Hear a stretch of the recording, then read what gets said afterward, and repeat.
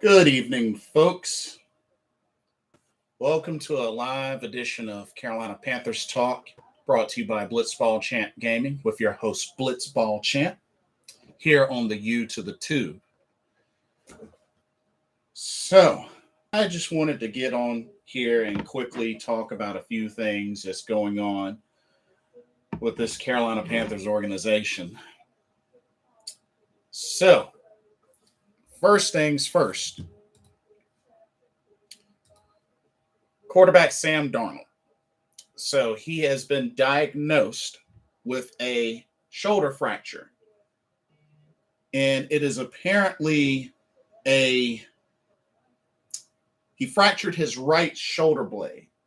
So he definitely will be missing some time. At least they say a couple of weeks. So PJ Walker will get the start at quarterback.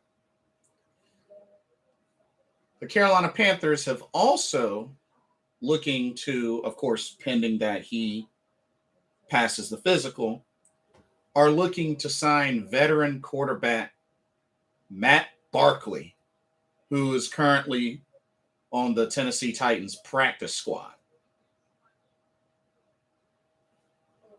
Matt Barkley, who guess will potentially back up PJ Walker.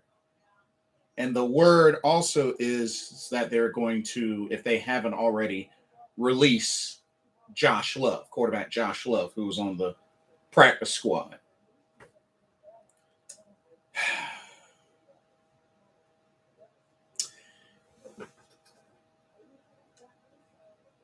Matt Barkley. Really?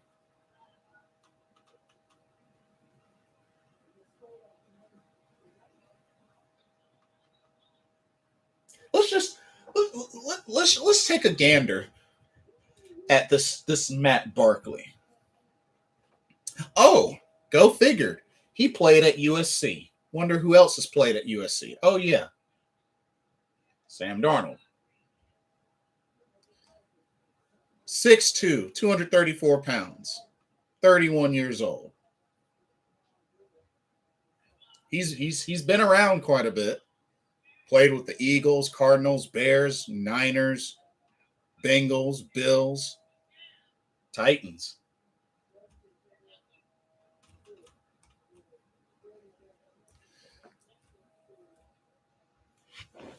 So let's just look at his stats. He's only played in 19 games, started 7 of them. 212 out of 336 passing attempts. He's got an overall completion percentage of 58.4. 2,699 total passing yards. 11 touchdowns, 22 interceptions. Has an overall rating of 66.6.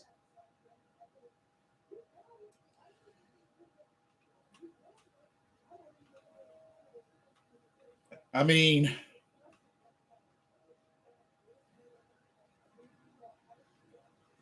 really the only thing I like about the guy is that he's a Christian. That's really the only thing I like about him. But as a football player, as a quarterback, this is who they're going with. This must have been on Matt Rule. Coach Matt Rule must have made this decision. He must have been in on this because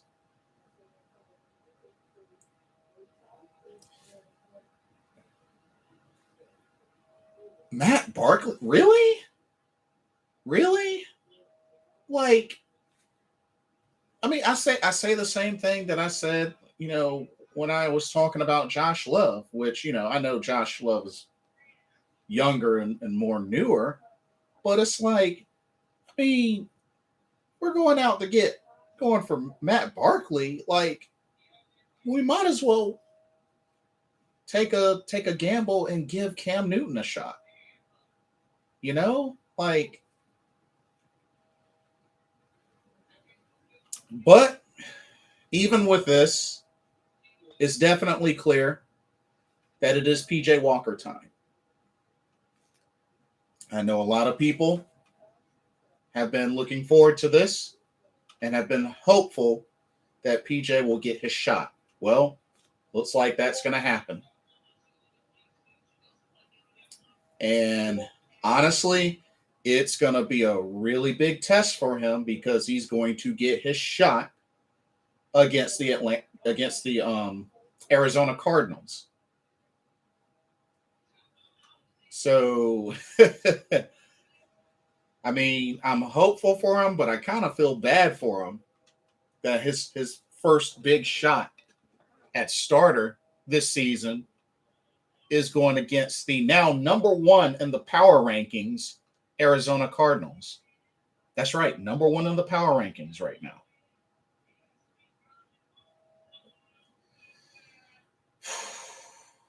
It just don't look good at all. This looks really, really, really bad.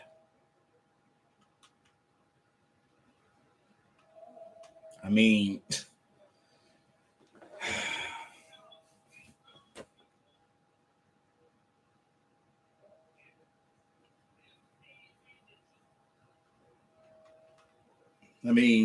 we go out, we get Matt Barkley, who is even worse. And this is supposedly who's going to back up PJ Walker. You know, heaven forbid anything bad happens to PJ Walker. And then we got Matt Barkley to come in. Oh, God.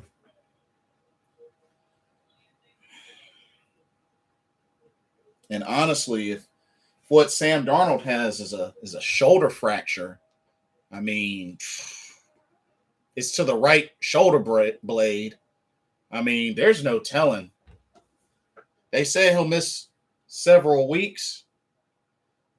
If that's his throwing shoulder, oh man, he might be out longer. To be honest, I mean,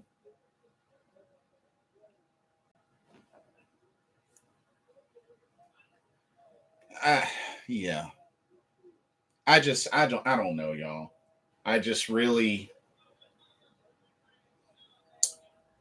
don't really like the position we're in. It's bad. And it's like I said in the previous video, it's gonna get worse before it gets better.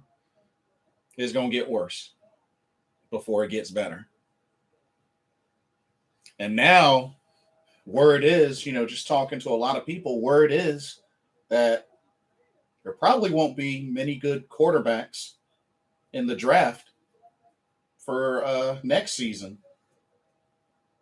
So I mean,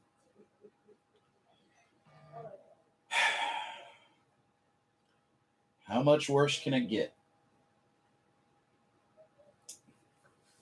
But the only thing I can say is, I mean, oh, and also word is with Matt Paradis, center Matt Paradis on IR, and looks like Cameron Irving, left tackle, on IR. So the word is that Pat Elflein might get moved to center. And it's looking also like potentially the offensive line might look sort of like Taylor Moton and Dennis Daly at the two tackle positions, Michael Jordan and Trent Scott as the guards, Pat Elflein as at center. Which I have no idea why in the world they would have Dennis Daly at left tackle. I mean, they could have been giving Brady Christensen the reps at left tackle. I mean, rookie left tackle. I mean, they could be doing that all along, but no, they're supposedly going to shuffle Dennis Daly to left tackle. So there's no telling how much worse our offensive line is going to get.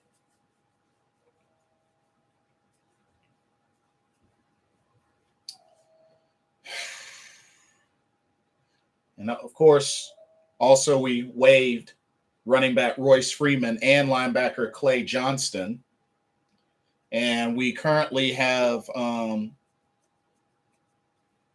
with the Matt Barkley signing, if he, completes, passes physical, that'll move us to 51 players on the active roster. So, yeah, I don't know what to say. Just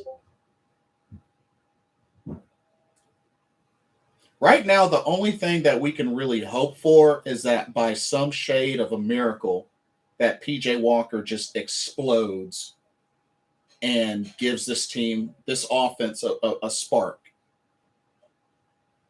That's really the only thing that we can hope for, is PJ Walker can somehow, some way give this team a spark, especially on offense.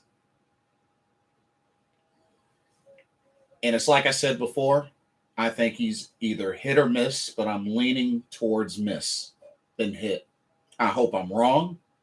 I hope I'm dead wrong. But it's going to be hit or miss with PJ Walker. But it's his time. This is his chance. And he's going to be seriously, seriously tested this Sunday against the Cardinals. He's being thrown into the fire, which, I mean, hey, he's the next man up, so it's understandable. He's the next man up. That's how it works. But I fear for him. I fear for him, especially with the inconsistency of the O-line. And you got to remember, PJ Walker's a much smaller guy than Sam Darnold or any other quarterback that we've had lately. PJ is a small guy. So while he's very athletic, very mobile, he's a small guy. So I'm hoping with him practicing with the ones will definitely help tremendously. And with him being the healthy option, I feel like if anything, him, C-Mac, the receivers, if they can some way, somehow get on the same page. Because don't get me wrong, PJ, he's got an arm. He does have an arm.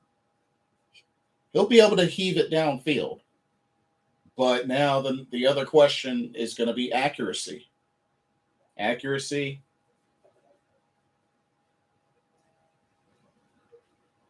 But some way, somehow, I feel like he's going to be one that's going to really have to provide a major spark to the offense. Not just C-Mac, but PJ, this is his chance. I'm not a fan of the Matt Barkley signing. Like I said, the only thing I like about the dude is he is a Christian. I'm a Christian, so hooray for that. But as far as quarterback, I just don't think it's a good signing.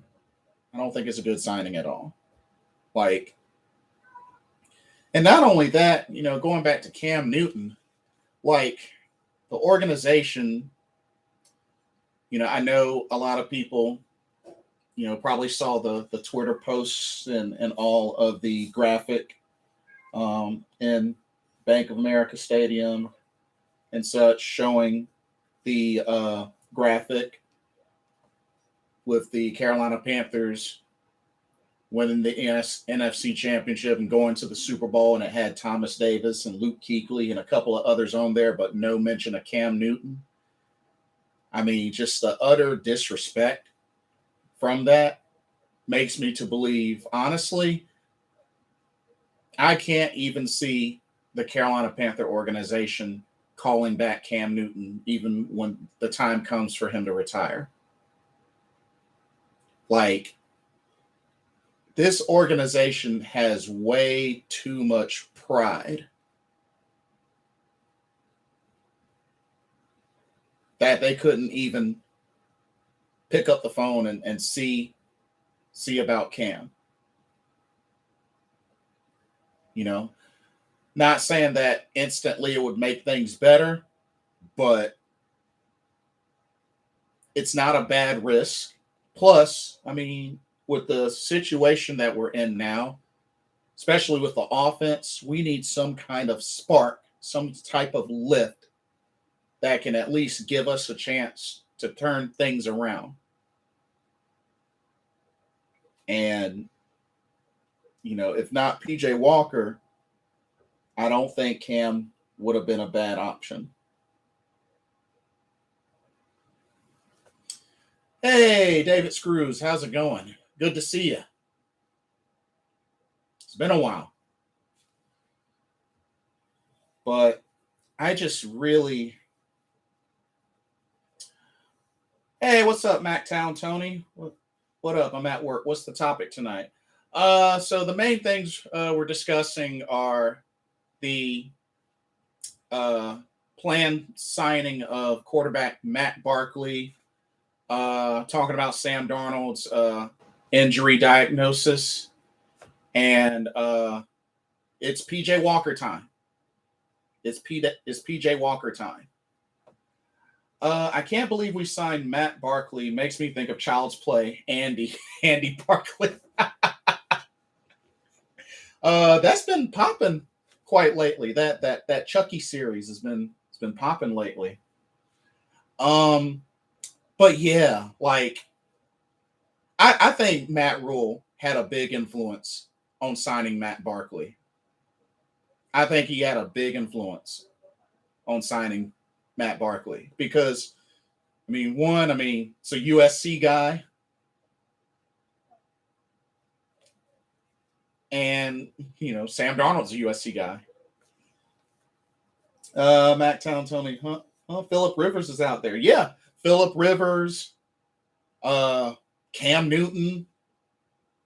And apparently the word is we're going to be releasing Josh Love after getting Matt Barkley. That is, if he passes his physical. So, it's ridiculous. It's ridiculous.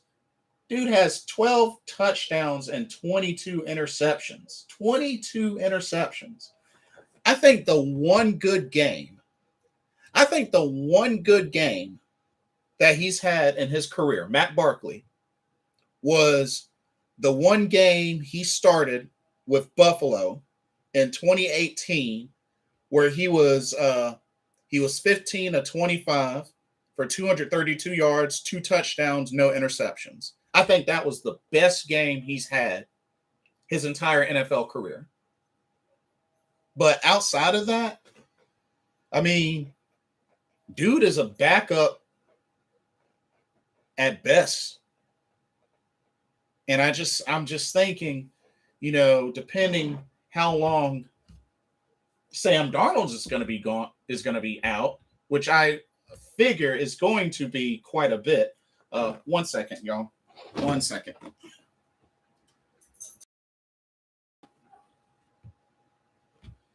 Okay. Sorry about that. Y'all still with me? Let me know if y'all are still with me. He definitely ain't a veteran. He came into the league in 2013.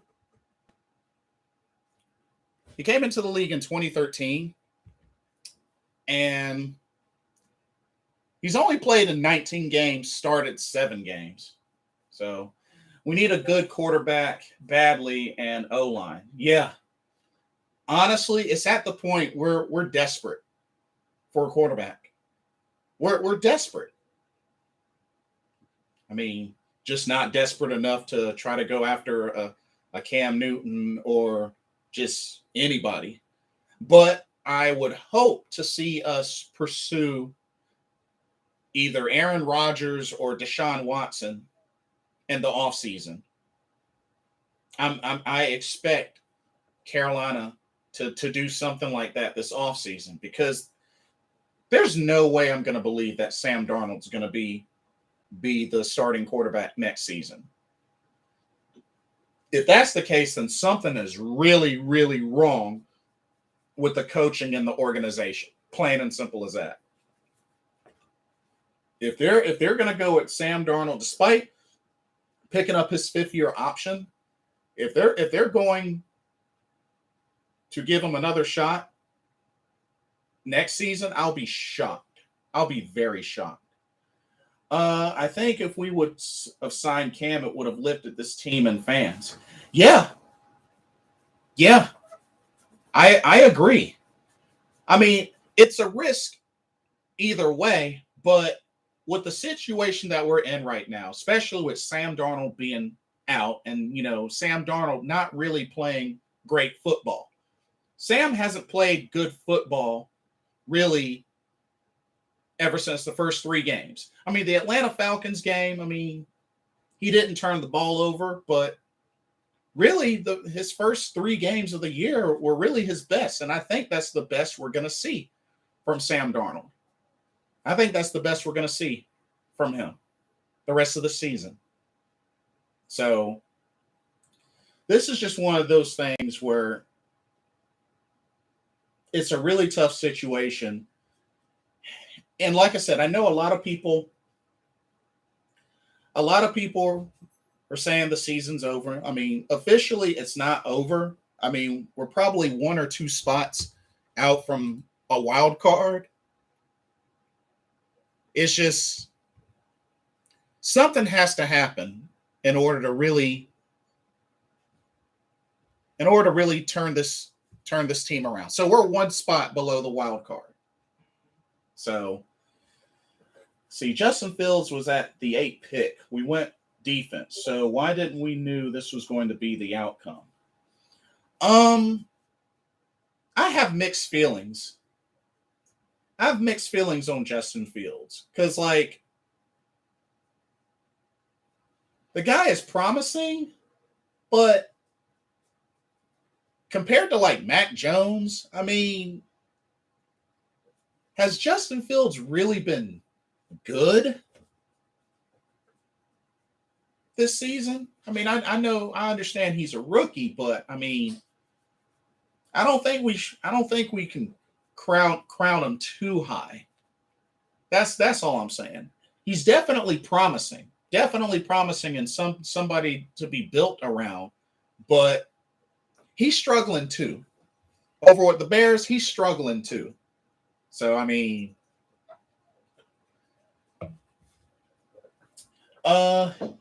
even played okay against Dallas after it was a big fallout. 2 spots out. Yeah, we were 2 spots away. He better than Sam?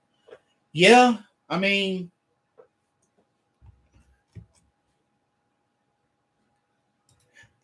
see how Justin Fields has been doing so far. I know he almost came back and they almost beat the Steelers last Monday night.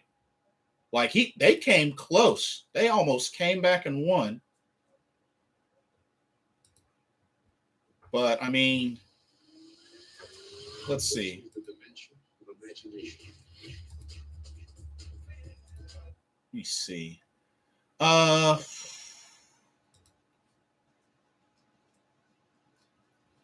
So far, 111 out of 187. Completion percentage 59.4. He's passed for 1,282 yards, 4 touchdowns, 8 interceptions. He's been sacked 29 times. He's got a rating of 69.4 and a QBR of 27.4.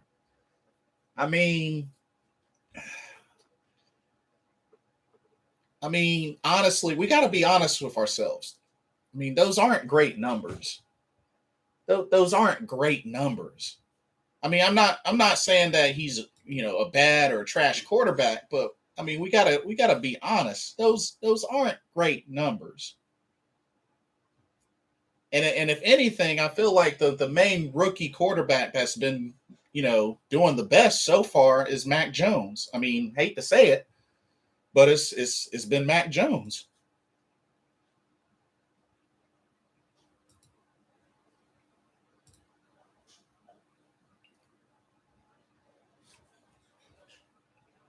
Now, I will say that for what Chicago has, Justin Fields has done pretty well. For what Chicago has, he's done pretty well. You think it's possible? Oh, I'm sorry. Let me go back one. Sam got more picks than games we played. This is true. You think it's possible we may go after Rodgers next season? I think either Aaron Rodgers or Deshaun Watson. I think either of those two. We got better weapons. On paper, we do. Skill, talent-wise, we do, Mac Town Tony. But this is another area where we have to recap. Our receivers haven't done a great job so far this year.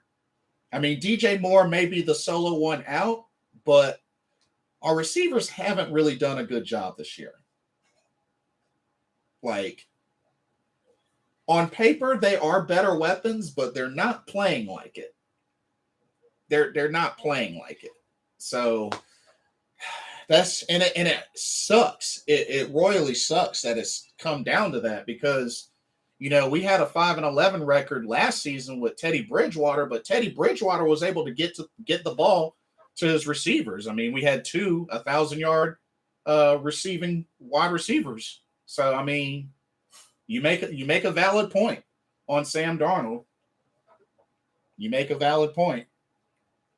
So I mean, but I don't know. It's right now. It's really hard for me to really be high up on Justin Fields because the talent is there, but the performance isn't showing that. That's all. Now I will say. Now, the game where he got sacked 9 times, I put that on the offensive line. I mean, 9 sacks, that's a big portion of that has got to be on the offensive line. But,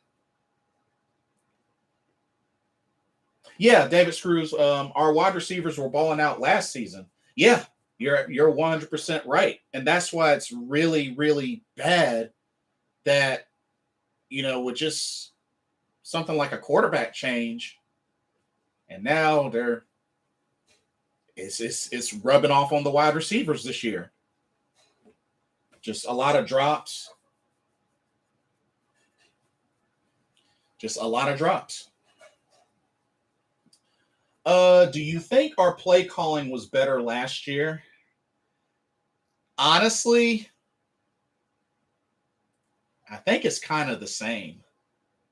The only difference, maybe execution was a little bit better last season, but I mean, you got to remember with Teddy Bridgewater, we didn't take a lot of shots deep. I mean, Teddy Bridgewater only completed 20 passes the whole season last year of 20 yards or more. So the receivers' yardage, a big portion of that yardage were yak. Because Teddy Bridgewater only completed 20 passes, 20 yards or more last season. So, see, Joe Brady. Hey, AFM, welcome to this channel. Joe Brady is saving his best play calling for next season when he's head coach at LSU. Oh, shoot, it wouldn't surprise me if he ended up going back there. Mr. Gemini, welcome to the channel. We could have had both Sam Darnold and Justin Fields. Now, I will say this about that. Me personally, and you can look back at my draft recap. I wanted Penei Sewell. I really wanted offensive line first round. I wanted Penei Sewell, and we were one pick away from getting him. So, I mean, Justin Fields, I mean, he would have been nice as well, but I initially wanted Penei Sewell. And as AFM mentioned, we hadn't had a decent left tackle since Jordan Gross. Yeah. And that was 15 years ago. 15 years ago. It's crazy. You would think, being that we had such success with Jordan Gross and he was a first round pick, why haven't we given that shot? Why haven't we taken another shot at that? Jordan Gross, one of the best linemen we've had in Carolina Panthers history. Shoot, not just left tackle. I would say he's one of the best linemen that we've had. Yeah, you're right. This season looks that bad. Yeah, unfortunately. Mr. Gemini said, me too, but he got picked. Yeah, I was livid when he got picked. I was so livid. But then I was hoping, because I think, Rashawn Slater, I think, was still available. And there was another guy still available as well, Christian Darrisaw.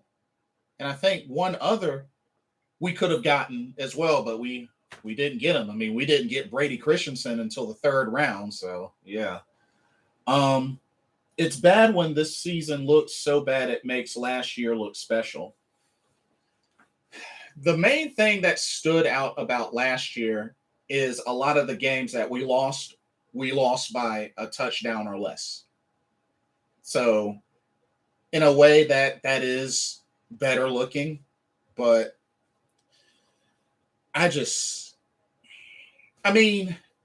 don't get me wrong. Say what you want about Sam Darnold. And like I said, a lot of what's being said, definitely understand. I do understand the whole idea they were trying to do. The whole idea was, okay, Sam Darnold did bad with the Jets, but he didn't really have any weapons, didn't have the coaching and such. So the organization, and I'm sure a lot of other fans, including myself, were like, you know what? They picked him. They brought him over. We have better weapons and such. Maybe he would do better surrounded by better talent. And obviously, we tried it, and that is not the case. So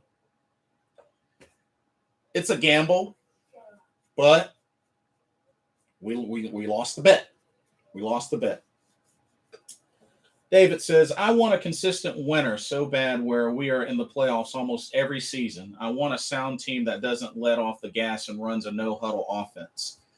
Yeah, that's something we hadn't seen in a long while. We hadn't seen that in a long while.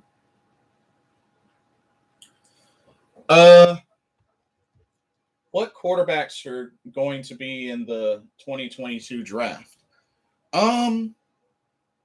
From what I hear a lot of people are saying Sam Howell. I think somebody named Malik Willis, Carson Strong, perhaps. Those are names that I've heard recently. But then I hear a lot of people say that the quarterbacks for the 2022 draft aren't that impressive from what I've been told. So I honestly feel like David said, I heard Malik was good. Yeah, that's a name that I've heard thrown around quite a lot. So, which I believe he plays from Liberty. So, I mean, we shall see. But if it's one thing I believe this organization is going to go hard in the offseason to get an Aaron Rodgers or a Deshaun Watson. The only other things that make me wonder, so I believe this is Matt Paradis' contract year, which He tore his ACL, so he's out. I don't know if he'll be back. I think DJ Moore has one more year because I think he had a 5th-year option. He's got one more year. But honestly, unless something changes with like the offense, whether it's quarterback or whatnot, or play calling or whatnot, I don't even know if DJ even wants to come back to this team. Because DJ Moore has proven that he can be a number one. When the offense is struggling, who's been consistent the most on the receiving core? DJ Moore. So, if anything, DJ Moore has proven that he can be a number one. And even with this struggling season, he's not that far from getting 1,000 yards receiving. I think he has like maybe 300 something to go, maybe 400 something. I mean, he's probably going to get it. Yeah, let me see. 677 yards. Oh, he'll probably get it. He'll probably get it. Do you think we should trade C-Mac? Personally, no, unless you're going to get something of greater or equal value in return. Not to mention, right now, we really can't afford to spend any more draft picks. We can't afford to. We done spent enough draft picks throughout this season. We can't afford to use up any draft picks. So I would have to say no. Unless we get something of greater or equal value, and it's going to have to come in the form of draft picks as well. But Mr. Gemini, we can't afford to keep trading away draft picks this year. We've done too much of that. So, and I mean, we have to see what happens, as far as the rest of the season as well. I mean, with the draft, or not the draft, the trade deadline, we've passed the trade deadline. So realistically, we got to go hard in free agency and in the draft. I believe to fix the offensive line is going to need a good combination of free agency and the draft to fix this offensive line. I think you got to do a combination of both. We can't just, I don't know if it's smart to spend all of the draft specifically on O-line. I don't know if that's smart. I think we need a combination of free agency and the draft. And you build depth from there. And Joe Brady needs to go. Mr. Gemini, I 1,000,000% agree with you. Yes, I think he definitely needs to go. And my thing is, this guy was hyped up so much, even to the point where he was in the discussion and being interviewed for head coaching positions. And then we have to also remember, he wasn't an offensive coordinator at LSU. He was a passing coordinator.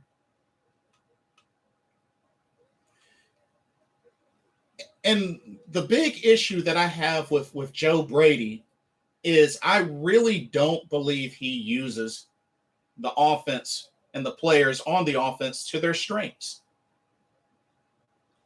I feel like the only good time that he's really done that was in Atlanta, where he kept calling run plays because the run was working. So he stayed with it. That's probably the one game I give some credit to Joe Brady. But I mean, it makes you wonder, why are we not taking shots downfield? I mean, is it a combination of just the lack of the play calling plus the O-line not protecting the quarterback long enough? But then, these past two games, the offensive line's only given up 1 sack. So these past 2 games, you really can't put a whole lot on the O-line, even though we have been very inconsistent this season. But these past 2 games, I mean, had pretty dang on good O-line protection, especially in pass protection.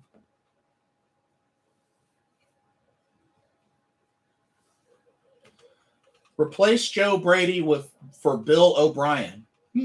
Interesting. What do you guys think about that? Bill O'Brien as offensive coordinator. David says, well, with PJ starting, play calling will have to change. PJ, so let's talk about PJ. What I fear for PJ is 1, smaller guy, 2, playing behind the O-line. So we have to take a look at this O-line in tandem with PJ Walker. So, we lost Matt Paradis for the season. Cam Irving got placed on IR, dealing with his calf, so he's out. So the projected offensive line going forward is Taylor Moton at right tackle, Michael Jordan at right guard, potentially Pat Elflein at center. That's what I'm hearing. Pat Elflein at center, Trent Scott at left guard, and Dennis Daly at left tackle. Dennis Daly at left tackle. I don't really agree with this lineup, but we're hurting on O-line. So, I mean, I just don't think that's a strong O-line. And Dennis Daly at left tackle, I don't know why they don't give Brady Christensen a shot.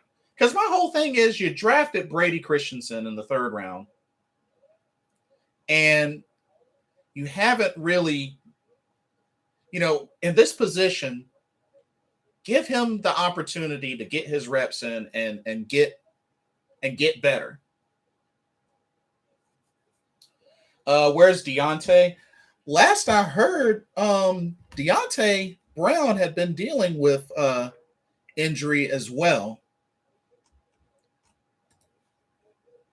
Last time I heard. But that's a good question.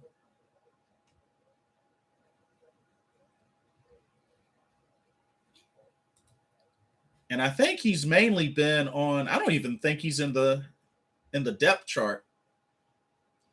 Yeah, he's not even listed on the depth chart. So I don't know when Deontay is going to get a shot, but something tells me I don't think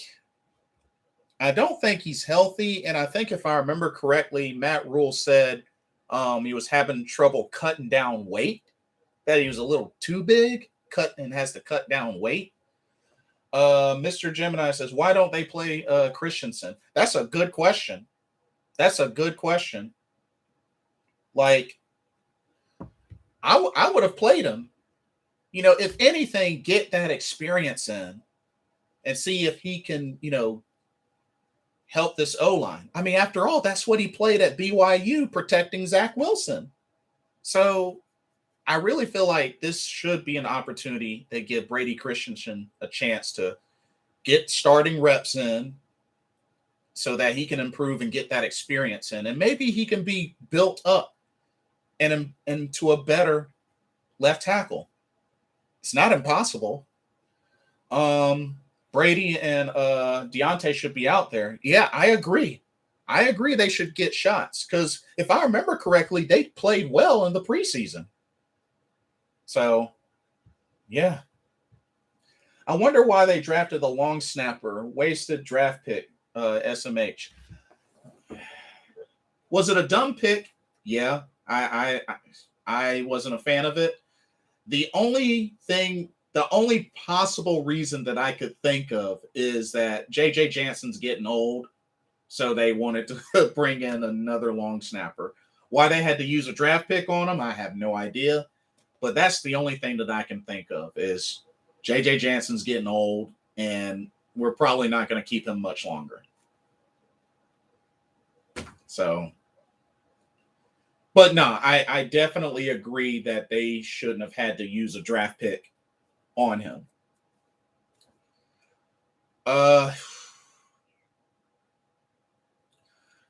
David says, I don't understand what this coaching staff is thinking. I think us fans have more sense than they do. You know what I think it is, David? I think they have too much pride. And one thing with Matt Rule, I think one thing that we're going to have to do to really get on the Matt Rule bandwagon, we're going to have to accept the fact that just like it was in college, it's going to take him a couple of years to fix things to be somewhat good again. How long that's going to take for him in college? What, it took 3 years before signs were showing of improvement? It looks like it's translating into his NFL coaching career. So that's one thing I think is going to happen with Matt Rule is we're going to have to trust that just like how he did in college is what's going to translate into the NFL. So, like I said, I'm pretty sure next year will probably be his prove it year to see where he's come. And like I said, I know this season's not over, so the record isn't in the books yet, but that's the Matt Rule history. AFM says, our problems are all on the offense. Bad play calling from Joe Brady, wide receivers dropping passes, and Darnold's decision-making. O-line has really stepped it up lately. Yeah, like I said, those past 2 games, they did well, especially in pass protection. So, I mean, they haven't been consistent all season, but they have their flashes. They do have their flashes. The thing is, they have given up a lot of sacks, but they have shown flashes. They gave Matt Rule a 7-year contract. Yeah. Which I thought was ridiculous. I thought it was way too much. I understand that, Blitz, but the moves I just don't understand. We don't understand it. I don't think any of us understand it. Yeah, I'll be honest. Sam Darnold, after those first 3 games, I was hopeful. I was hopeful that, hey, you know what? Maybe with better weapons surrounding him, maybe he could actually grow into a franchise quarterback. And then we were all made to look like fools, to look like clowns.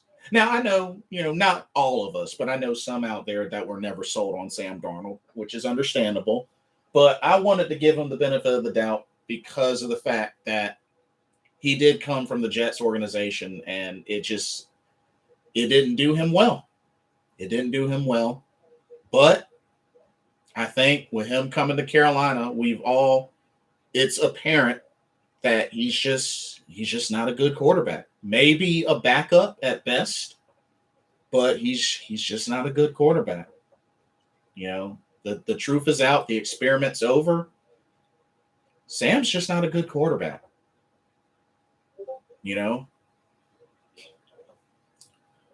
With a 5th-year option without even playing a game for us. Yep, they picked up his 5th-year option, but I think with them doing that, they were pretty much sold on sticking with Sam Darnold and not drafting a quarterback.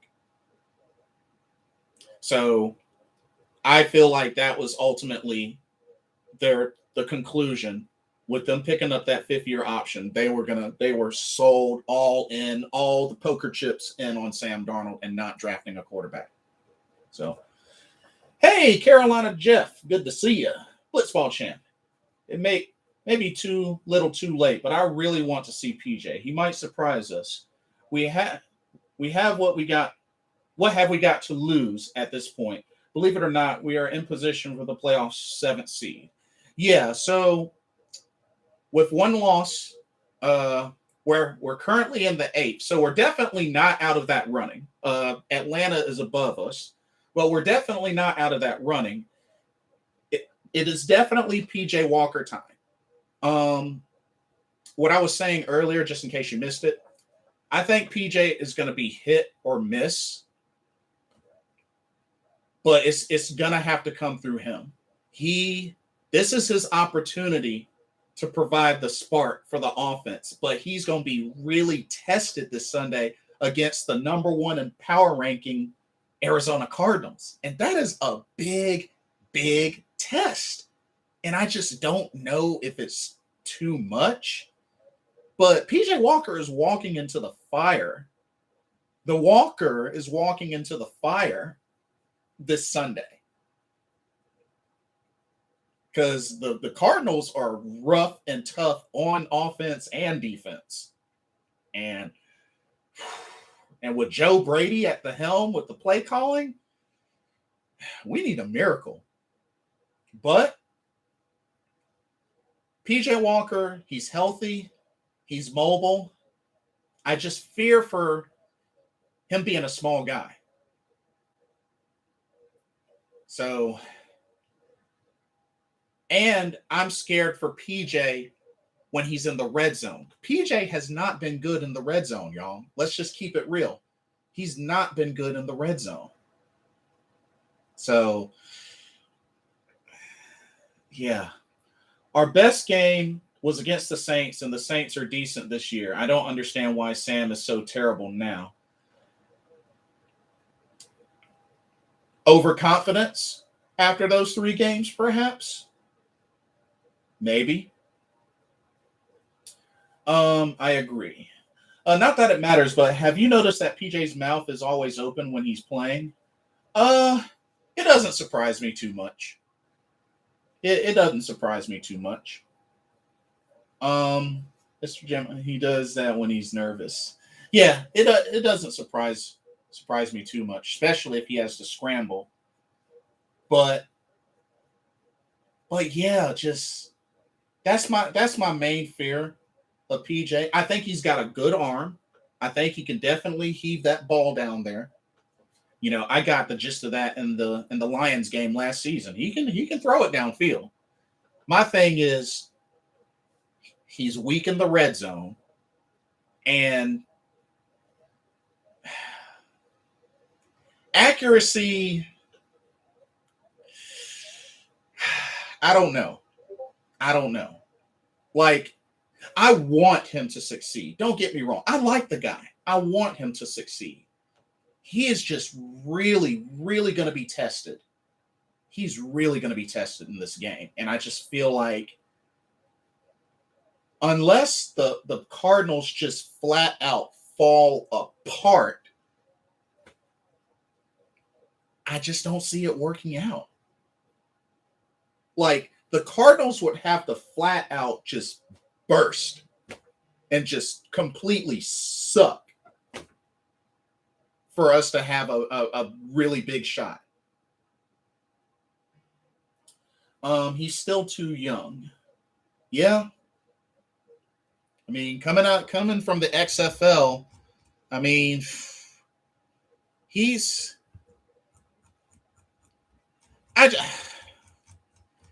tough because I can tell he's got the athletic ability. I just really, he's got a lot to handle. He's got a lot to handle and go through, and it's going to be tough. You said it best. He's hit or miss. Yeah. If PJ can translate what he did in the XFL to the NFL, he would be a monster.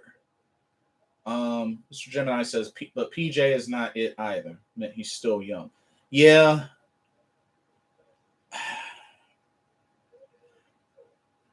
I feel like the fan base is pretty split down the middle on PJ Walker. I think we're pretty split down the middle as a fan base, because some feel that he's just flat out trash, worse than Sam Darnold, and others are hopeful. I'm hopeful. I'm definitely hopeful. I mean, if anything, he should have played in the Patriots game. At least after the third pick, he should have been in there. Plain and simple as that. He should have been in there. So, I mean, the last game. Okay, let's do a little. Let's go back a little bit on PJ Walker. PJ Walker. So he started one game, which was last year. As a matter of fact, let me pull that game up. Let me pull that game up.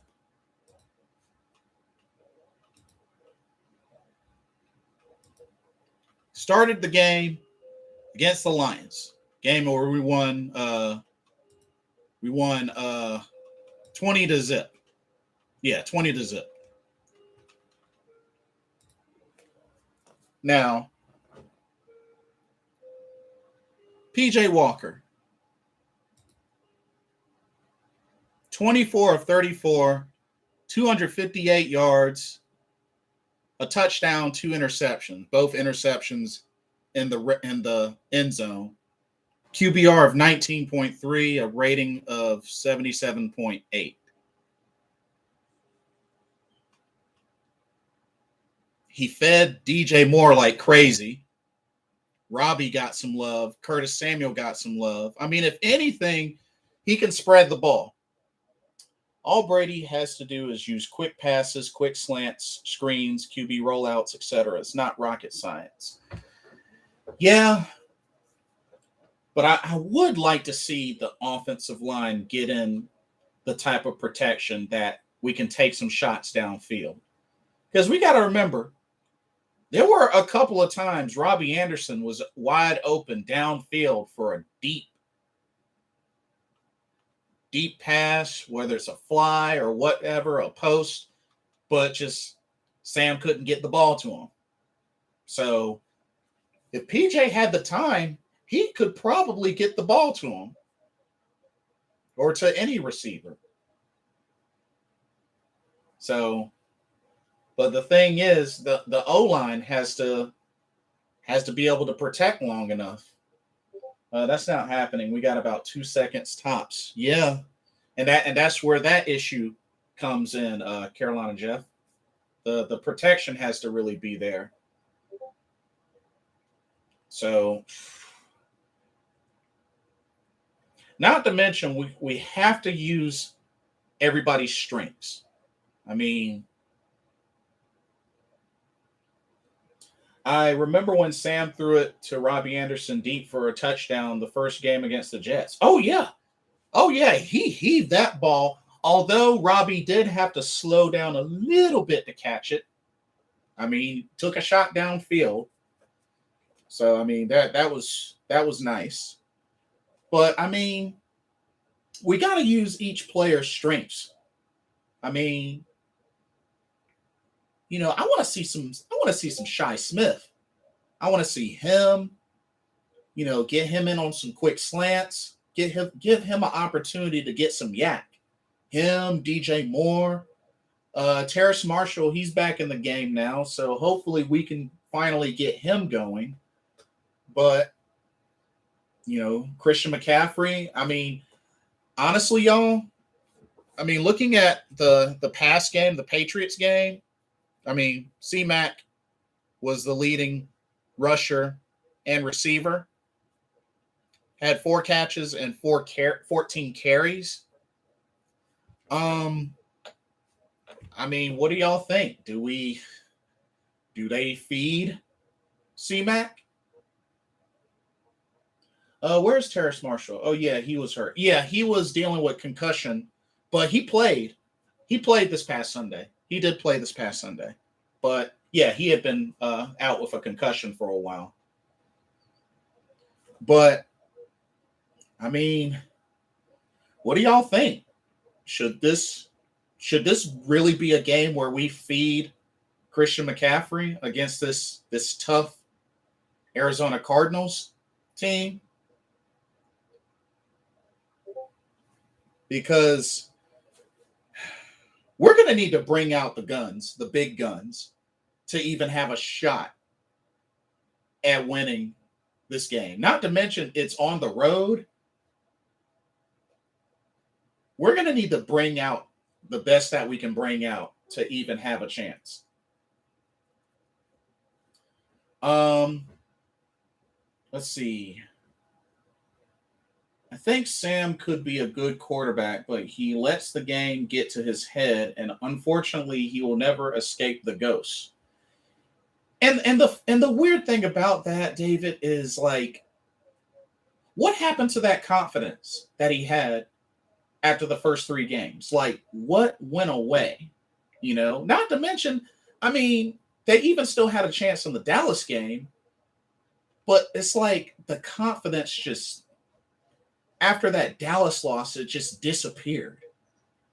And then all the bad decision making kept coming and coming and coming. So it was weird. Hey, what's up, Certified Hustler? Yeah, I haven't been keeping up.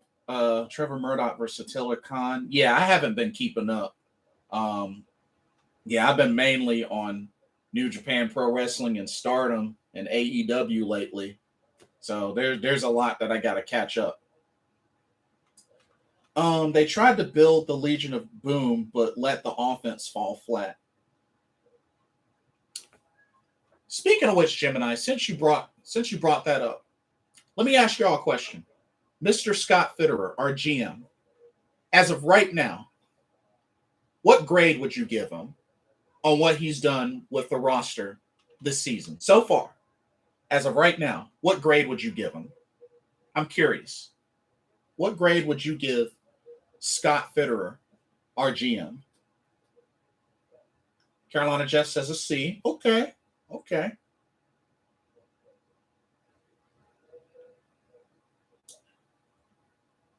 David says an A minus. Okay. Interesting. All right. A minus.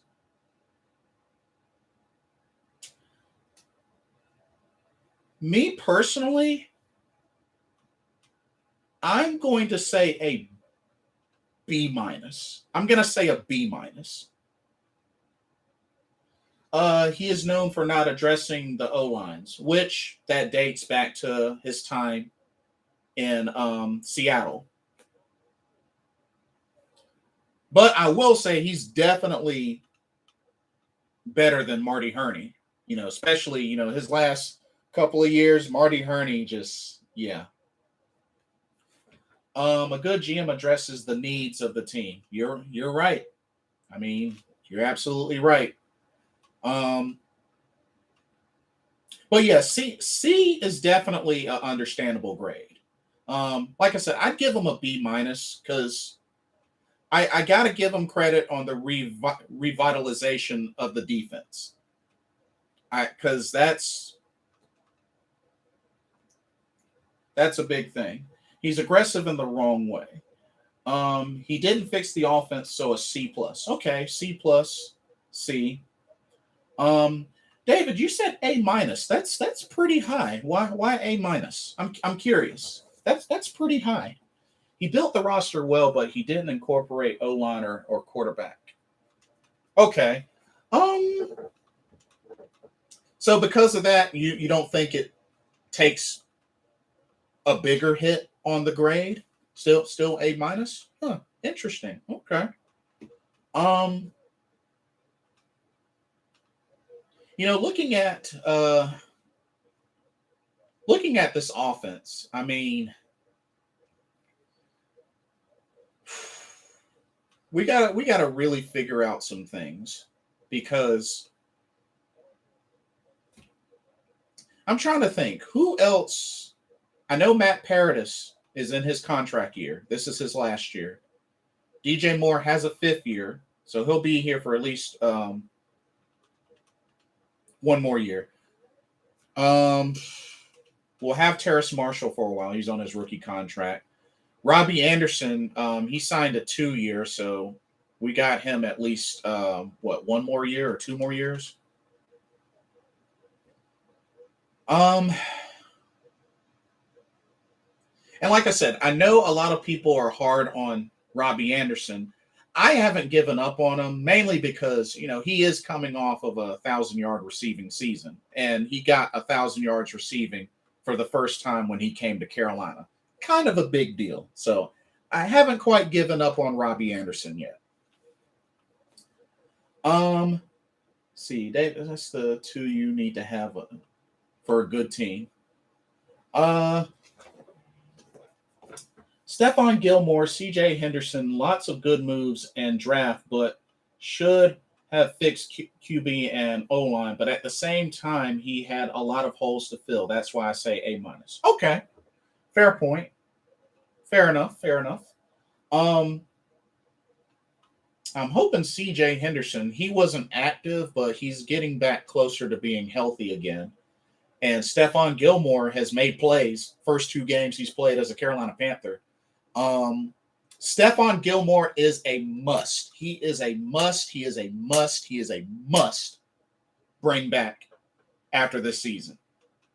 A big veteran presence like that in the secondary, something we haven't really had in a while, is a big deal. We got to keep Stephon Gilmore. We have to. I don't know if y'all agree with me or not, but we have to keep Stephon Gilmore. Like, this dude is he's showing that he's got some years left. Not only that, he's showing that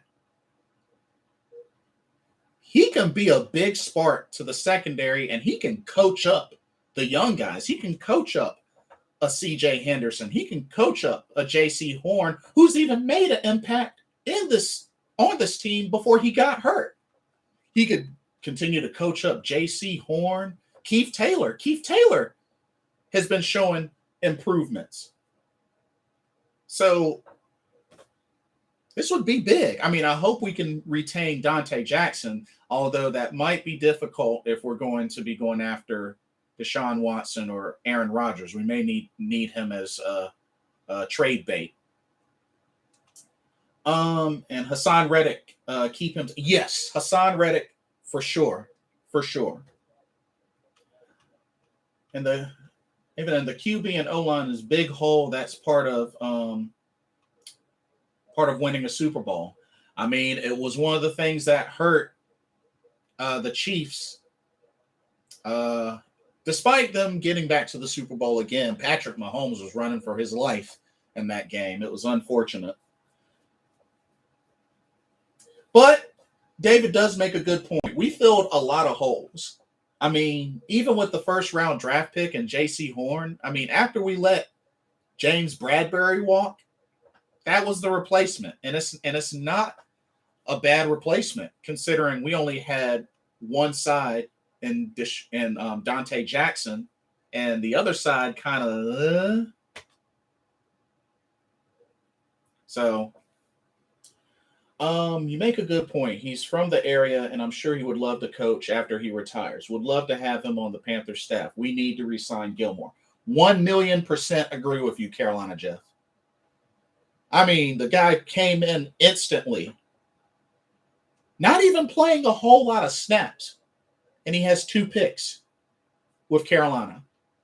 That says something. That is a big veteran presence on this secondary. This could be the second coming of Thieves Avenue, unless they come up with a different name. Kind of like how, remember when we had veterans like Charles Peanut Tillman, Roman Harper on the secondary? Shoot. You remember how good that secondary was when we had them on the team? Shoot. Y'all got me excited up in here.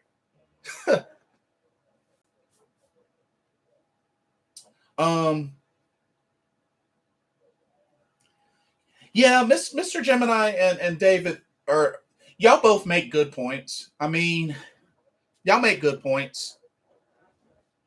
Since you mentioned that, Mr. Gemini, I got a question for y'all. Being how bad things are with the quarterback situation and the offensive line situation, if you had to address one first, one that's top priority, what would y'all put at top priority? O-line or quarterback? I'm curious to hear y'all's thoughts on this. Quarterback or O-line? Top priority. Which one? If you had to just go gunning for the top priority spot, what would it be? Ah, that's tough. um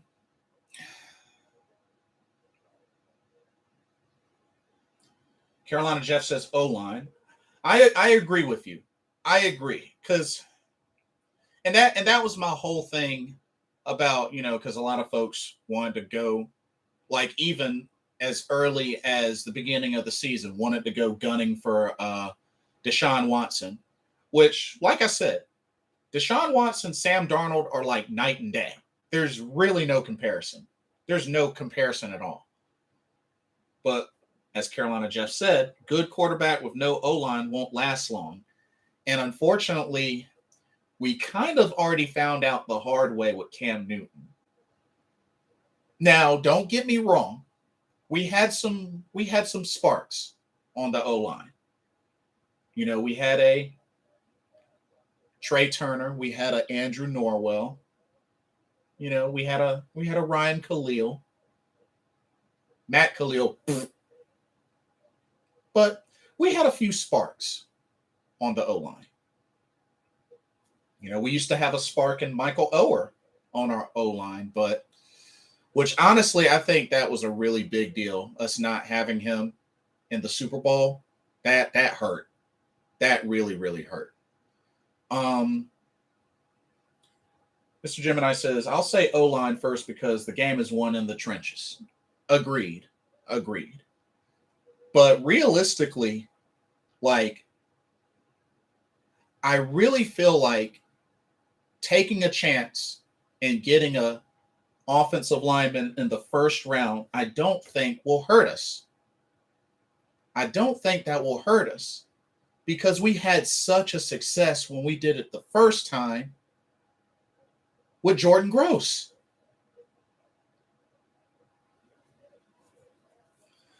You're right, but if there's a beast quarterback in the draft that falls in your lap, take him, then fix the O-line. That's a very reasonable exception. That's a very reasonable exception. I can be on board with that. I really kind of feel kind of distraught that Brady Christensen and Deontay Brown haven't really gotten legitimate shots so far this season. But I think this is another year that proves that you can't bargain bin shop on O-line. You can't. You can't bargain bin shop on O-line. I mean, you look at receivers. I mean, think about it. That Super Bowl run, we didn't have no big name receivers. What do we have? Jericho Cotchery, Ted Ginn Jr., Philly Brown. We didn't have no big name receivers. The one big name we had, Kelvin Benjamin, didn't even play in that season. He got hurt in the training camp? We ain't have no big name receivers that Super Bowl run. Realistically, our best receiver was, of course, the now retired Greg Olsen. But when it comes to wide receivers, we ain't have no big name receivers that year. I mean, yeah, Philly Brown and Ted Ginn Jr. were deep threats. They're speedy deep threats, but I mean,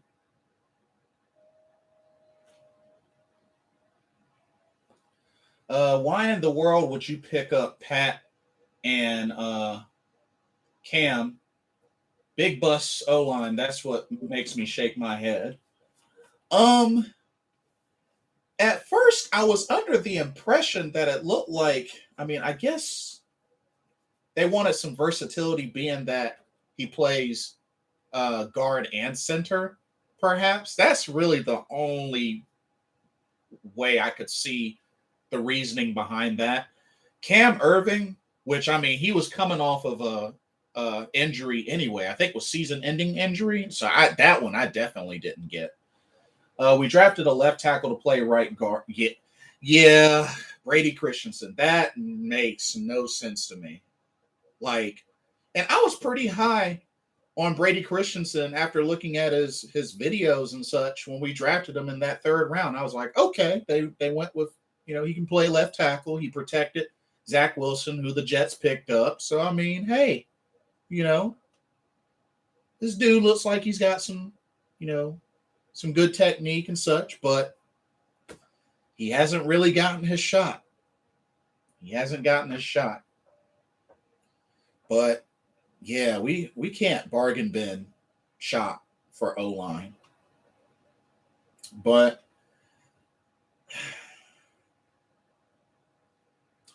here's another question I want to throw out there.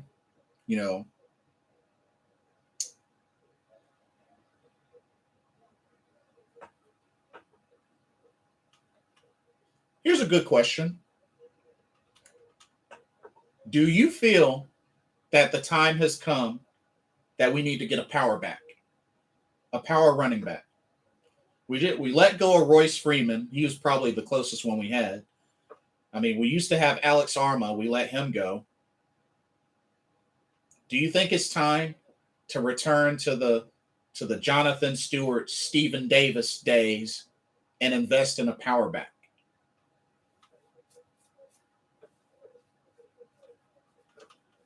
I do like Michael Jordan, though.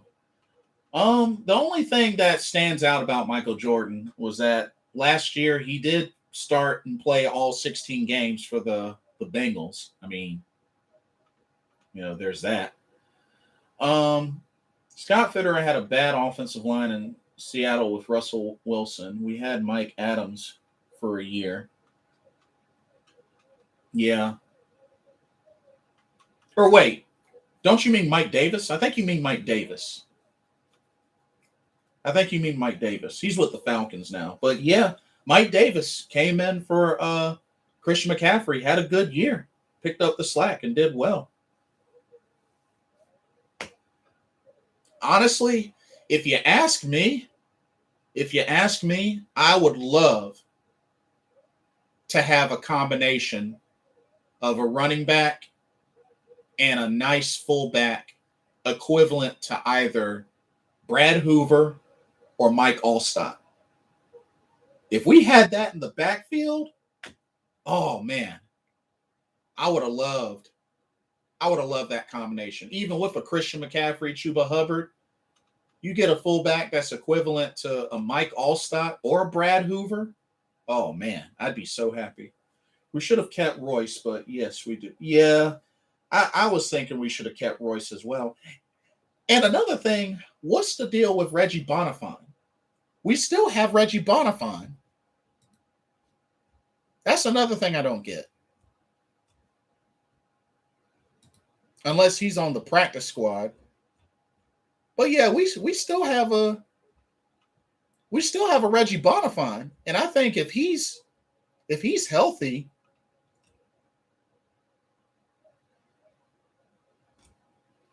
hold on. Yeah, we still have a Reggie Bonifant. I would have loved for them to give him a shot. Reggie Bonifant, when he's healthy, he's played pretty well. I like Michael Jordan. He's the best basketball player ever. Nice. How about like a Mike Tolbert? Yeah, Mike Tolbert was another beast. Had great hands too. Get him on the flat. Had great hands. Get him on those 1 yard rushes. Very good. Very good to pick up that first down. We got too many project quarterbacks. It's sad that we are that desperate. Sad, but we gotta be. We got to be desperate. We gotta be. NFL has gotten too flamboyant these days. I like the old school smash mouth football. Defense and a good running game equals Super Bowl. Yeah, like I miss it. I definitely miss it. I miss the combo that we had out of D'Angelo Williams and Jonathan Stewart. That's a combo I will never forget. Smash and dash. That was a killer combo. I miss the energy they brought to the run game as well as their abilities. Man, smash and dash. That will never get old. But oh man, we really need a spark. Oh yeah, that's right. Willie Snead played in the Patriots game. I think he had one catch. So yeah, he played. One positive about this season, we have an up and coming all-star defense. Yeah. And I have no doubt that this defense will stay in the top 10 even up to the end of the season. Perhaps maybe even top 5 if we can win some games. Our best running backs. Yeah. I missed that too. Oh yeah, smash and dash, of course. I mean, don't get me wrong. I love Christian McCaffrey, but smash and dash, that was whew. Smash and dash was special. Not to take anything away from C-Mac. He's a one-of-a-kind talent, but smash and dash, that was a deadly combination. Mr. Gemini said, yeah, I'll take smash and dash over C-Mac any day. Yeah, indeed. Indeed. But I don't know, y'all. How are we going to beat this Cardinals team? Like, I haven't even done the preview video for that, and I have no idea how we're going to even cope with this Cardinals team. Oh, man. It's sad our defense plays so hard and offense fails and our defense gets gassed out. Yeah.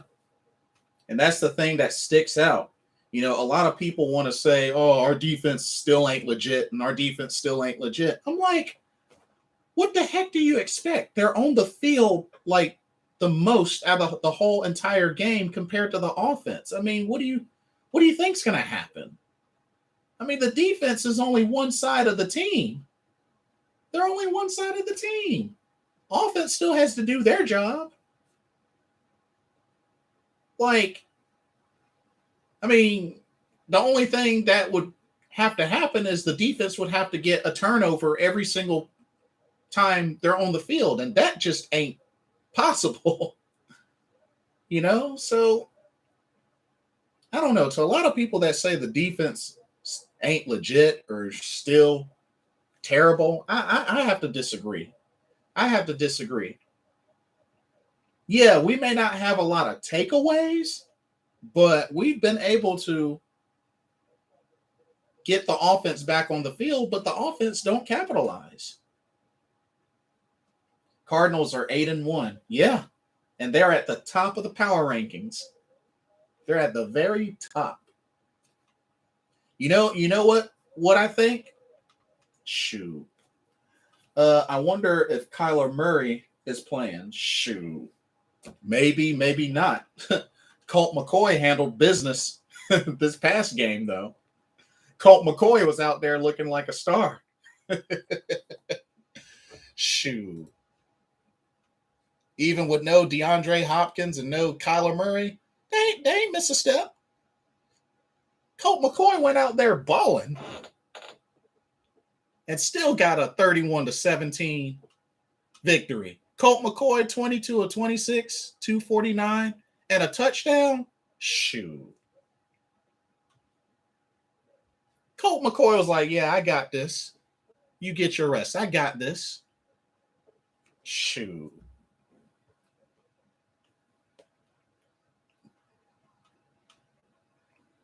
But the defense is going to have to win this game for us, y'all.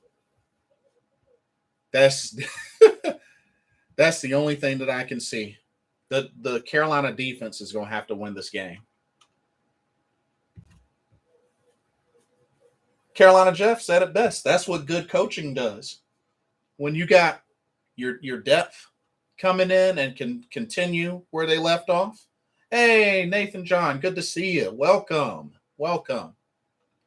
But yeah, Carolina Jeff said it best.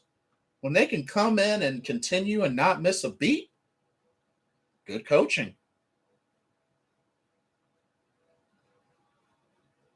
And I think the last backup that we had that was able to do that and not do too bad in that, I want to say, was Derek Anderson. What scares me in college rule, improved every year, turns teams around. I feel like it's going to be worse this year. Yeah, that's going to be tough because the big hope is that can translate to here, but college and NFL is just not the same. It's just not the same. That's the only thing that bothers me. So I'm there with you, David. More mismanagement by our medical staff. Darnold sustained his shoulder injury last week. Why the hell was he playing this week? The only reason that I could think of, Nathan, is they probably, because, he was clear of the concussion protocol, but still had the shoulder injury. My guess is I think folks still felt that Sam Darnold would give us our best chance over PJ. But that turned out to be clearly wrong. So, yeah, that turned out to be a big mistake. What will it take for you to say that Matt Rule needs to be fired? Honestly, it's...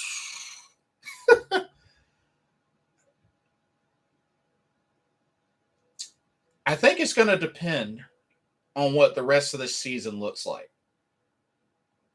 I think it's going to depend on what the rest of this season looks like. I mean, with the decision making, I think his stock is going down even more. But it would not surprise me if he gets one more year. It wouldn't surprise me if Tepper was like, you get one more year to turn this around and then you're out of here. That's what I think is going to happen. That is, unless we just don't win another game for the rest of the season, which we have 4 right now. I think if we don't win another game, or if we get the exact same record, I think we're gone. I think he's gone. But something tells me that Mr. Tepper is going to be like, you get one more year. Okay, let me get caught up. Rule should have been benched. Darnold is so sad. Every time we got in the red zone, he threw a pick. Yeah, and that third one was really, really bad. The second one, I don't. Well, no, wait. Two of them I blame on him. One of them, the one where the defensive lineman picked it off, I don't blame Sam. That was just a good play by the defensive lineman. I mean, that was just a good heads-up play. Another fail after C-Mac just had a 6-week hamstring strain. And he definitely didn't look like he was going 100% out there. Not necessarily because he didn't want to, but I don't think he was 100%, Nathan, out there on that field. Next year, will determine if he gets fired. Yeah, most likely. For Joe Brady, I think he should be gone. I think we got to let him go. Who has a week 6 hamstring strain? Only us. Reporters are so soft on these coaches, never ask the hard questions. Yeah, you can never get the right ones that ask the hard questions. I will say this. We got a really good kicker in Zane. Where is he at out of all the NFL kickers? Yeah, he's here to stay. He's most definitely here to stay. We got our kicker in Zane Gonzalez. He might end up being our top scorer for the rest of the season. That's the sad thing. He might be our top scorer for the rest of the season. He already was NFC Special Teams Player of the Week last week in the Atlanta game. So he's here to stay. He threw it low, but it was a good play, though. Yeah, I mean, it could have been higher, but I think it was a good heads up play. It could have been a little higher of a throw. I want to say he was trying to hit either Robbie or DJ in stride coming across, but yeah, just D lineman made a good play. But I don't know. Let me ask y'all's thoughts on the interception where he tried to get it to Ian Thomas. Do y'all feel that he should have thrown it out of bounds? I felt like he should have thrown it out of bounds. And the only reason I say that is because I can understand how hard it can be throwing on the run while somebody's chasing you. I thought he should have thrown it out of bounds. What do y'all think? Do y'all think he still could have gotten it to him? I mean, being able to put some touch on that on the run with somebody right behind you, I think he should have thrown it out of bounds. I would have thrown it out of bounds. I mean, if he threw it that way over Ian Thomas right into the hands of the defender, he could have thrown it out of bounds. Nathan said, sad thing, looking forward, this year's draft class is very weak on the offensive side. And we have no second or third round pick due to Darnold and Henderson trades. Right. Yeah, so like any sort of trades involving draft picks in the offseason, we can't really afford them. We can't really afford them. Unless we're getting something in return of equal value, we can't really afford them. Trading away any more draft picks. What impresses me about Zane is he's very accurate. When he first got here, he couldn't kick touchbacks. Now he does it on a regular. That is true. That is definitely true. He should have thrown a better pass. I mean, true. I mean, could he have? Yes, but I can understand. Like I said, it was a bad throw. It was definitely a bad throw. I wonder how difficult it could be throwing on the run with somebody right behind you. You know, like there's a lot going on there. That's all I can say. But it was a bad throw, yes. I just feel like maybe it would have been better if he thrown it out of bounds, if he can't make that throw. It's going to be 2023 by the time we clean this mess up, in my opinion. Probably. We might get a little bit closer next season. We might get a little bit closer.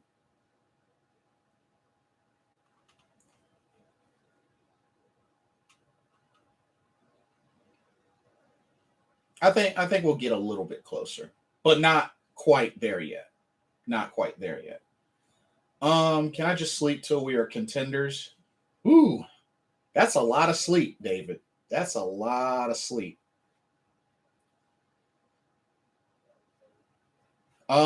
He lobbed it. Yeah. It was a very high lob for sure. Refresh my memory. Was somebody in front of him on that play? I think somebody was in front of him. Somebody remind me if somebody was in front of him or not. What do we do at quarterback though? So Nathan, are you not sold on quarterbacks like Carson Strong or Malik Willis or Sam Howell? But me personally, I think the organization is going to go hard to get Aaron Rodgers or Deshaun Watson. I think it's just come to that point where that's a risk that we got to take. Even with Deshaun Watson's legal stuff going on, it sucks, but we're going to have to take some risks. we're going to have to take some sort of outlandish risks because, like it was said before, we're pretty much in the position where we're desperate. We're desperate for a quarterback.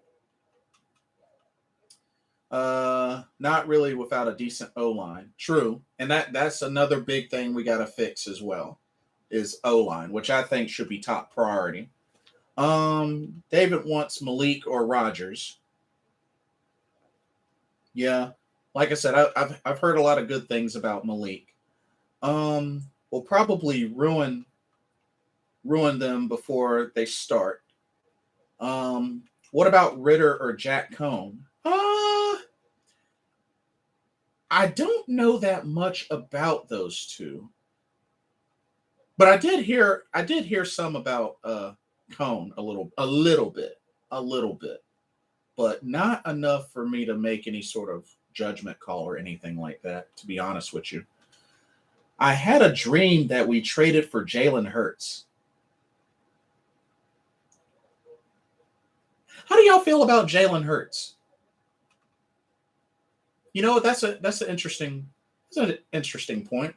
How do y'all feel about Jalen Hurts? David Tepper is pissed. I would be too. And if he's not, then something is very wrong. Something is very wrong. I mean, we're having these type of issues. We haven't even hit the bye yet. And we're getting ready to go in and face the juggernaut Arizona Cardinals. Carolina Justice Ritter, not that good. I like Jalen Hurts. Well, Jalen Hurts clowned us. Not only did he clown us, but he got into the end zone and did the Superman pose. Cam Newton Superman pose. Oof. That. Man, I was at that game. Insulting. Plus the sea of green at Bank of America Stadium that day. Oh, man, it was tough. It was tough to stomach. It was really tough to stomach. I'm scared by other teams' quarterbacks give the last two tries. I don't mind Hurts, but I'm scared of another fail. Tepper changed the culture. Greatly changed the culture. A lot of opposing fans in the crowd. Oh, yeah. And according to Big Cat on his Keep Pounding TV stream, apparently there was a whole sea of Vikings fans as well, because he was at that game, and I believe him and a bunch of the crew were at the Patriots game. And word is that Carolina fans were booing and Patriots were talking a lot of smack.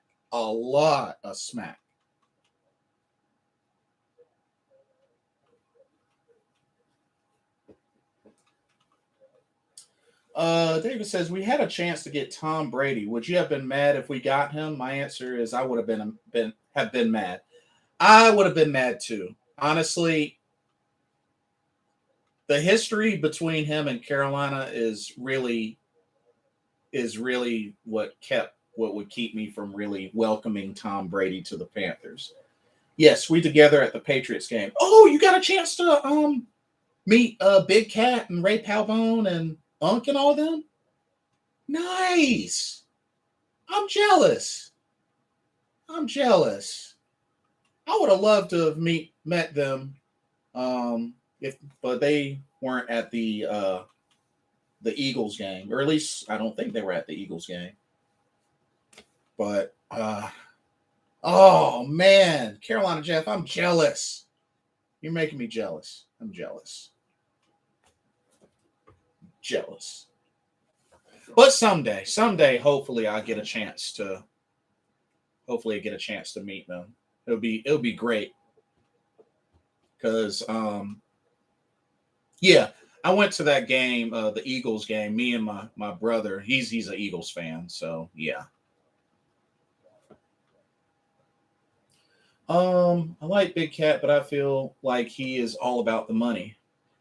Well, I mean, he is a pretty big YouTuber, so I mean, hey, them cash apps. Gotta get them cash apps for that good content, I guess. I guess that's how it is. You know, I mean, me personally, I do this for fun. So, I do this for fun. It was fun, man. They are really cool. Good, good, good. I'm glad you had fun. Excellent that you got a chance to hang out with them and do the meet and greet and have some fun. It's all about the fellowship. I like that. Way too many ads.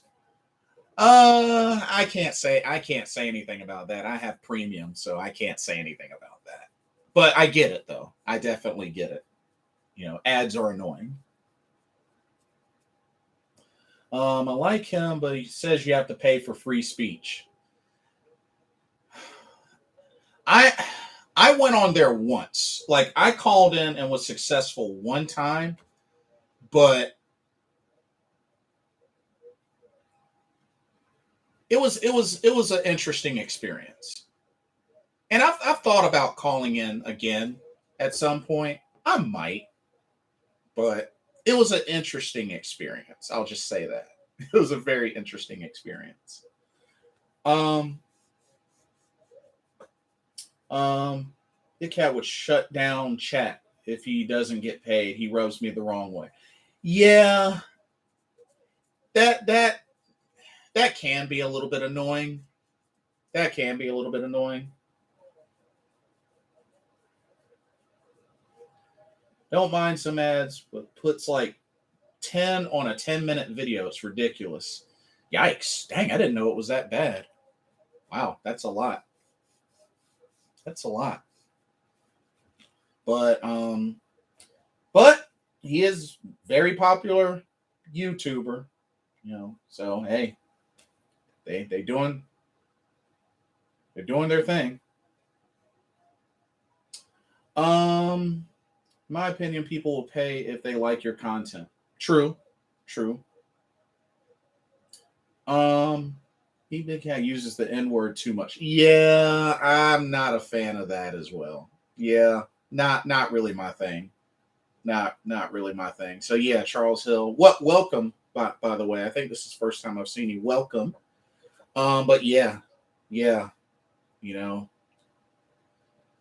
But like I said, I've always been one, hey, I do this for fun, you know, because me having a dream job of always wanting to be a talk show host, I like to value hearing other people talk and hearing other people partake to the subject and stuff. That's kind of my thing. That's kind of my thing.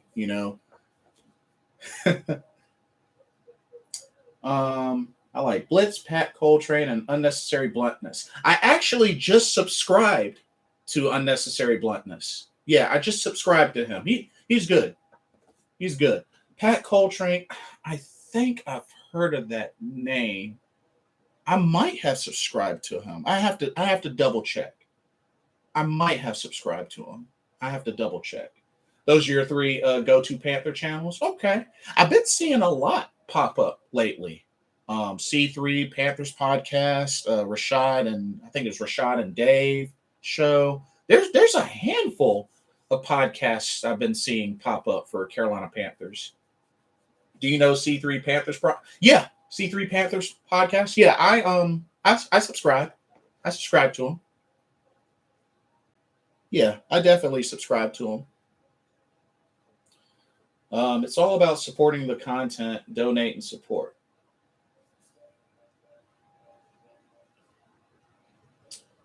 Rashard and Dave are good too, actually. Yeah.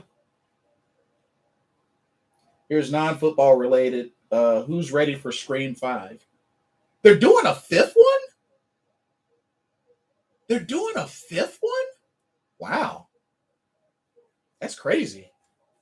That's crazy. Love C3. I like how they upload the training camp vision. That is true. That is true. No, thank you for what you do for the Carolina Panther base. I appreciate the support. I try. I really try. Um, it's good for me to just be able to share and have others share with me Because like I said, I enjoy this. It's something I like to do when I'm at home, and just I dig it. I dig it. I like the energy on Keep Pounding TV. Not all of it though. I mean, it's understandable. It's definitely understandable. But if I can be honest, if I can be honest, I'm not that big of a fan of Sea Dog or Leo. I'm sorry, but anybody that's that high up on insulting the one and only MVP we've ever had in franchise history, I'm not cool with that. I mean, say what you want about Cam now. He might be washed up or whatever, but that man was the only MVP we've ever had in Carolina franchise history. And I will always put respect on that man's name, regardless of the clothing or the immaturity, whatnot. He might not be my favorite player of all time, but that man played his butt off for Carolina. Played his butt off for Carolina. Even despite getting sacked 291 times and getting hurt, he played with all that he had on that field for Carolina. The Eternals movie was disappointing. I saw it over the weekend. I thought it was okay, but I wouldn't pick that over Shang-Chi. Shang-Chi I enjoyed, but I wouldn't go see Eternals again. Do you know one Carolina show? Actually, I haven't heard of that one, Joel. I have to check that one out. How about Ray? Ray, very passionate. He seems cool. He's another very passionate guy. I'm cool with him for the most part. Another one I could definitely tell doesn't like Leo. It looks insane. They are going back to where it originally started, back at Stu Nature's house. The trailer looks awesome. Check it out, Blitz. By the way, your channel rocks, Blitz. January 14th it comes out. I'll have to check that out. I have to definitely check that out. Leo is weird, man. He doesn't like black quarterbacks. That's why he doesn't like Cam. That I still don't get that.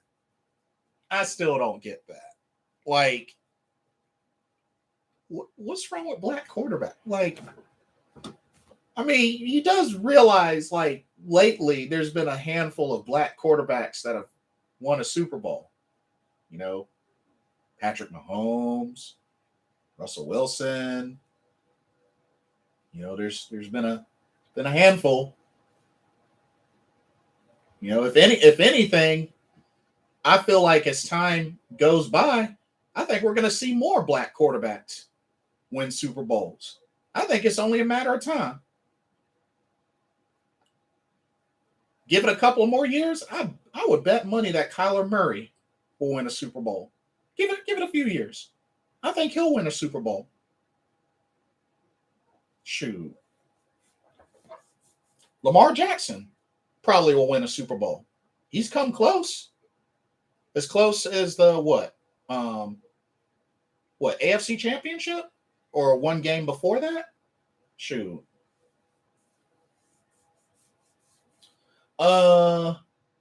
Steve Smith, my GOAT. And the reason I'm a Panthers fan and an NFL fan. Yes, he is my all-time favorite Carolina Panther.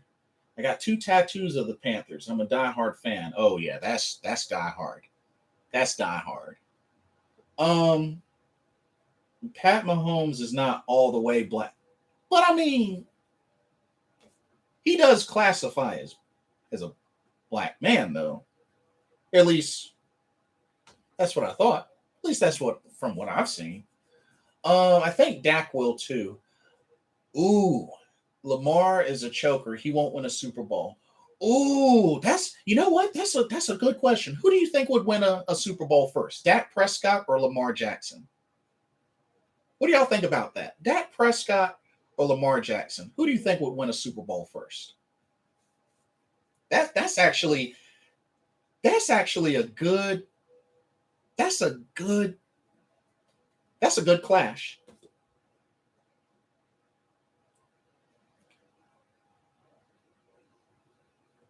Russell Wilson and Mahomes are half black and white. Close enough. I mean, then again, if we want to get technical, I'm half black, half Native American. So, but close enough. Carolina Jeff says Dak. Nathan John says Dak. Lamar shrinks in the playoffs. There's evidence of that. There's definitely evidence of that. But to be fair, Lamar Jackson is an MVP. He is an MVP. Something that Dak hasn't gotten yet. So it's not impossible. But Lamar Jackson is a former MVP. So I had to throw that in there. I just had to throw that in there. Charles says if the light comes on for Cam, he can be like the way Randall Cunningham was with the Vikings. Randall Cunningham, one of my brother's favorite quarterbacks of all time. Randall Cunningham, he was quite a gem. He was quite a gem.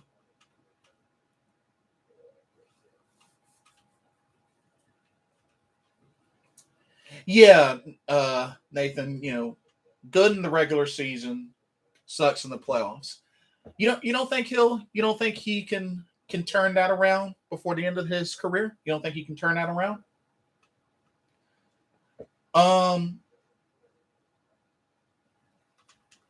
If we let Matt Rule go, who do you think should be coach? Originally, I was campaigning for either Eric Bieniemy or Kevin Stefanski. That's who I was originally campaigning for. But who would I get for a coach?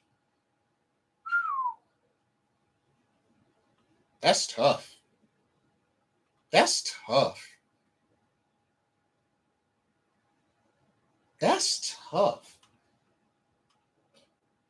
I mean,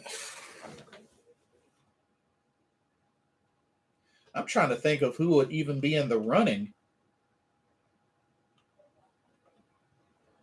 Nobody's all black or all white. Woolly hair and bronze skin, you're black.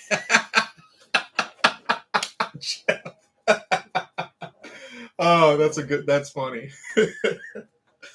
Oh man. If we did try and re-sign Cam, he might reject coming back here the way we let him go. That's what it's looking like. I mean, especially with them having that big mural up of us going to the Super Bowl and then having Luke Kuechly on there and Thomas Davis and no Cam on there. I mean, it's an ultimate slap in Cam's face. And I think it's Tepper's fault to the point where I'm convinced I don't even think Cam would even come back and retire as a Panther. I could be wrong. I hope I'm wrong, but that's just the ultimate to Cam's face. Me personally. Nathan says John Harbaugh should throw heaps of money at him.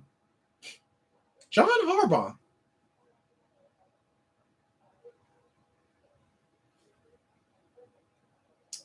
It's not a bad pick. It's definitely not a bad pick. Not a bad pick at all. Yeah, I've seen the banner. It's sickening. Yeah, it's like such a slap in Cam's face. Such a slap in his face. I mean,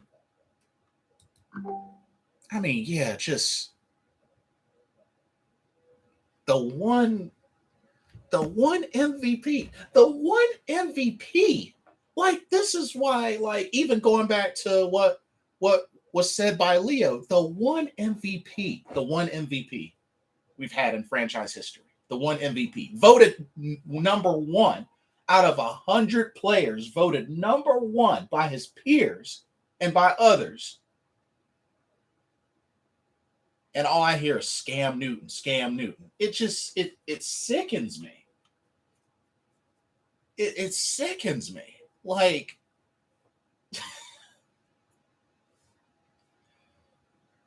I don't yeah. I don't know. Tough time to be a Panther fan. Yeah, no kidding. Was a very good coach with the Niners. Yes, indeed. Agreed.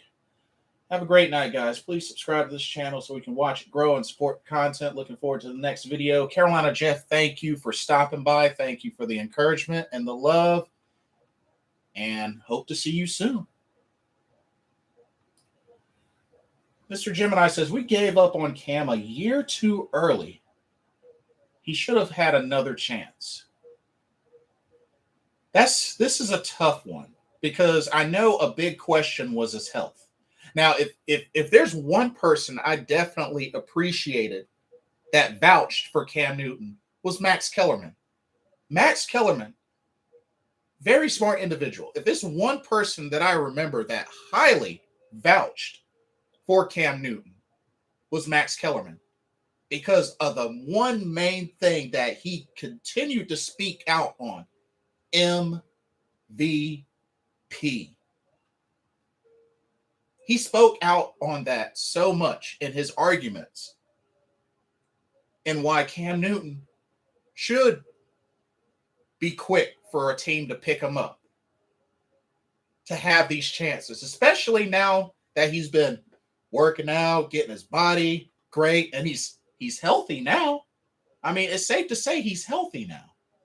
I mean, unless there's something I missed, he's kind of sort of healthy now. So I just was a red zone threat too.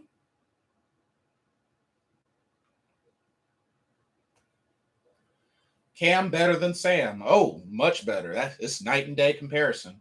Remember how Charlotte Observer made fun of Cam when he had him doing a Superman pose with the Hello Kitty on his chest? Yeah, that was pretty bad. That was pretty bad. Dude, I was still upset that playoff game we lost against the Niners when Colin Kaepernick scored the rushing touchdown, went like he was going to do he went like he was going to do the dab, and then he was like, bump that, and then did the bicep kiss. Shoot, I even thought that was insulting, but yeah. And that was a bummer, too. That year, we were undefeated at home until that game. So sad. But yeah, it's at the point where just the decision-making, and I think the last half of this season is really going to say a lot of things. Regardless of whether we make any more signings between now and the end of the season, this final record is really going to speak for itself. We have, let's see. So we got Arizona, Washington, and Miami, and then we have the bye. So these next 3 games, it's going to be crazy. I mean, we're going to be really tested against the Cardinals, and then Washington and the Dolphins should be easier, but then again, we did lose to the Giants badly. It's sad when our newspaper puts down such a talented quarterback. Very sad. Very sad. Nathan says, I think we end up with a top 10 pick. Would be surprised if we won more than 2 games, honestly. Especially being that we've only gotten 1 touchdown in 3 games. 1 touchdown in 3 games. I'm sorry, but yeah, a good amount of the blame goes on Sam Darnold, but another good amount of the blame has got to go on Joe Brady.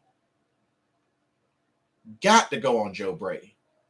You cannot say 1 touchdown in 3 games without mentioning Joe Brady, because there are a lot of people that still vouch very heavily for Joe Brady. But 1 touchdown in 3 games, no, that's not acceptable. Of somebody who was overhyped coming out of LSU as a passing coordinator.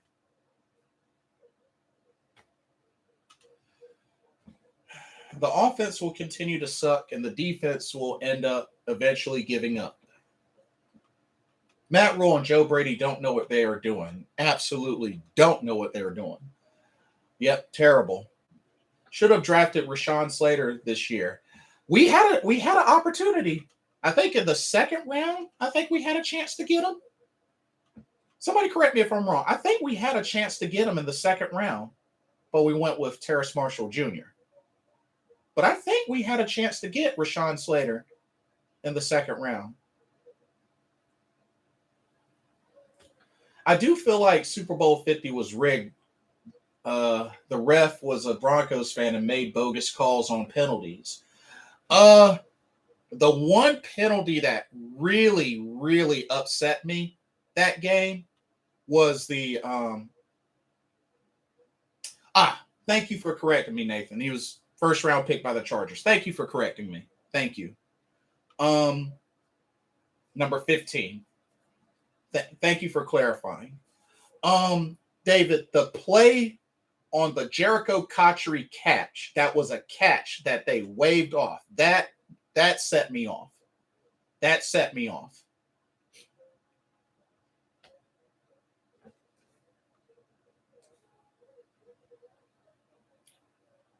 Oh, 13th pick? 13th pick. Okay, gotcha. But it was a 1st round 13th pick. Okay. Gotcha. But the fact of the matter is he went in the 1st round. Gotcha. But yeah, so realistically, yeah, he was one we could have gotten, because even though we didn't get Penei Sewell, Rashawn Slater was there, as well as Justin Fields. So, I mean, yeah. Why would they have a Broncos fan as a ref, though? It's messed up. Yeah, just and the sad thing about it, Peyton Manning didn't even play well that game. That's the sad thing. He didn't even play well that game. He didn't even play well. Good news, though. Very strong O-line class this year. Oh, is that right? Good looking out. 5 of the top 10 picks could be O-line, I think, at this stage. Oh, that's a big deal then. That's a big deal. We could definitely use some of that. But I still believe we got to get a good mix of free agency and draft class for O-line. I think we got to get a good mix of that. What do you think about the J.C. Horn pick? It was an understandable pick, being that we didn't have somebody on the other side alongside Dante Jackson. So it was an understandable pick. And I mean, he was doing fine until he got hurt. He was an immediate impact until he got hurt. So on paper, not a bad pick. Could we maybe have addressed something different? Yes. But that pick did address a need. So the J.C. Horn pick is kind of a double-edged sword. It's kind of a double-edged sword. It made it worse when we lost Super Bowl 50. It was my ex's team. Oh man. Yeah, I was at my friend's house in Wendell for that Super Bowl party. It was just so sad because that was 13 years after the previous Super Bowl appearance with Jake Delhomme. So I was sad. I was really sad. We should have took Fields or Slater, though. I mean, yeah, quarterback or O-line would have been great picks. But, you know, like I said, the J.C. Horn pick I can understand. Otherwise, you have to think of it this way. you have to remember our secondary struggled. I mean, Dante Jackson, and not only that, Dante Jackson was still dealing with some attitude and immature issues. So, I mean,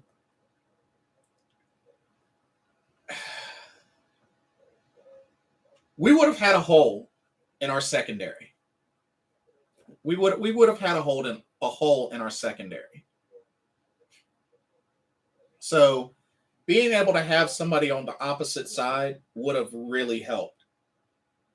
So, I can understand the J.C. Horn pick. If Matt Rule is fired, I hope Phil Snow is retained. Yeah, I think he'll definitely be retained. I think he's done good enough with this defense that he should stay. Panthers played so well in Super Bowl 38. Love that team. So much guts. I wonder what happens if Casey didn't kick the final kick out of bounds. Oh yeah. That was a heartbreaker. Because I won't ever forget my reaction when Deshaun Foster scored that touchdown. I went crazy, and we tied the score. I went crazy. I was like, oh my God, we're going to freaking do this. Oh, man. I went crazy, and then when we lost, oh, man, I got so much crap the next day at school. I got so much crap. Oh, man. Who would have thought that putting Jake Delhomme in after halftime in the first game of the season against the Jacksonville Jaguars, that would translate into a Super Bowl run? Wow. So crazy. Foster, Davis, Moose, Smith, Pep, Jake, Love. Man, I love that team. Great fun stream, man. Thank you so much, David. I'm glad you enjoying yourself. I miss Jake. Somebody else mentioned, I think it was the last stream I did, somebody else mentioned, what would y'all think about Jake Delhomme as a quarterback's coach or an offensive coordinator? What would y'all think about that? Quarterback's coach or offensive coordinator? Jake Delhomme, the Raging Cajun.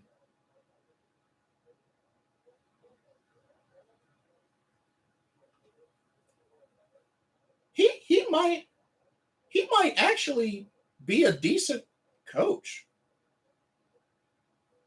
David's on board for it. He says, I would love it. Mr. Gemini, I'd rather have Jake than Joe. Yeah. QB coach, fine. Not OC. Needs some experience first. That's fair. That's actually fair. But, I mean, I think he could do actually pretty well on the coaching staff. Maybe quarterback's coach? I mean, hey.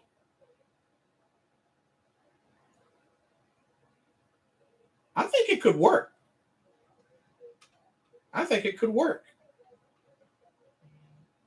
Steve Smith? Now, at some point in time, I don't care how old he gets, you got to have Steve Smith in this organization.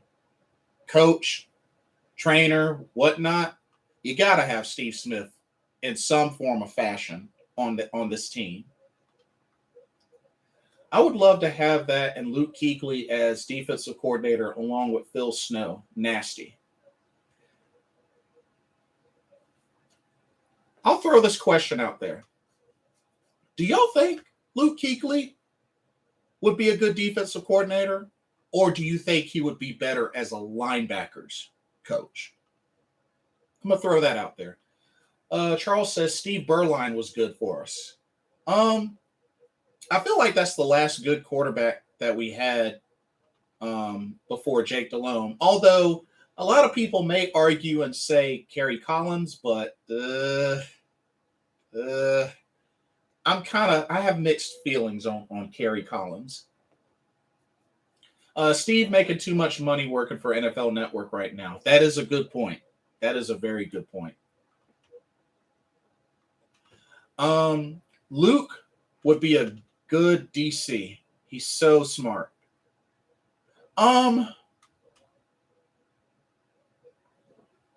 Very true. Luke is very intelligent. I just think the thing that would be so difficult is I'm so used to seeing Luke out there on the field when a play changes, when he sees a change, like he immediately is like, rounding up the defense and he's like, hey, hey, hey, hey. And he's just on it. But just from the sideline, I don't know if he's really able to do that. You know what I mean? Even as a defensive coordinator. And I could be wrong, but that's just what I really love and miss about Luke Kuechly.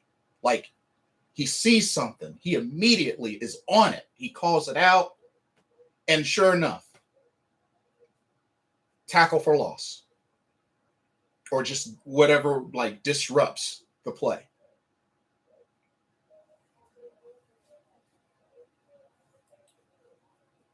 Yeah, or Sam or Jimmy Clausen.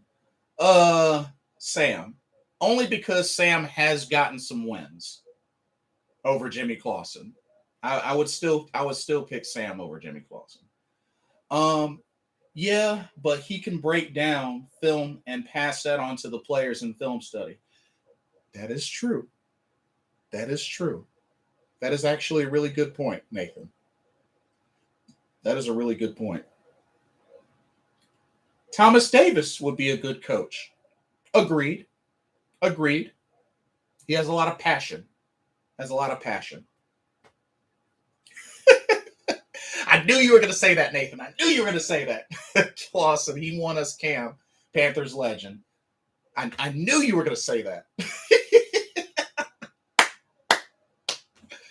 I knew you were going to say that. Oh, man, that's so funny. What would you think if Luke came out of retirement and played for us next season? How would you feel about that? I'd be down. You know what? I'd give you one better. If he does that, put him in the middle, Shaq and Luvu on the sides. Bam. Bam. Because I'm not completely sold on Jermaine Carter yet. Not just yet. Luvu, he's given us a spark since coming to this team. Luke in the middle, Shaq, Luvu on the outsides. I would love that.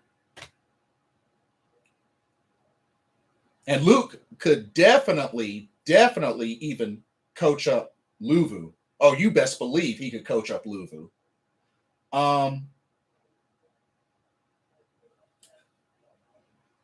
We should have kept Kyle Allen or Will Greer, at least for backup.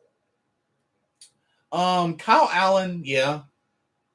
Will Greer kind of iffy on. I felt like he had did enough of that last stint to save his job, but we ended up going with two quarterbacks. So,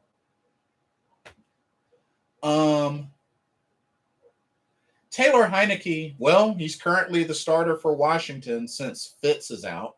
So, we need to upstage. He's so slow in pass coverage. Oh, Carter, Jermaine Carter, yeah.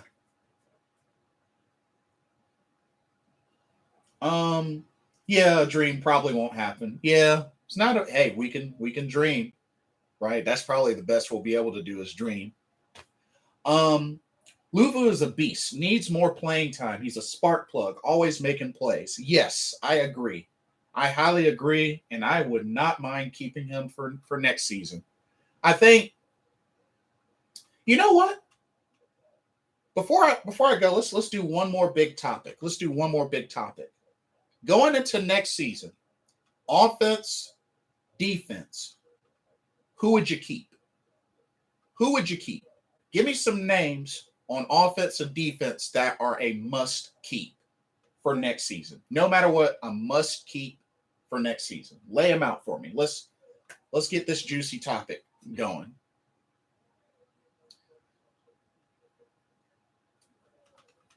I think for defense, Hassan Reddick is a keeper. Stephon Gilmore is a keeper. Frankie Louvu is a keeper.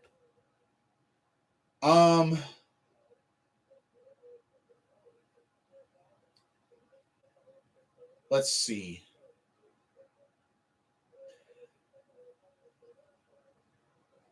The secondary, this is where it gets interesting.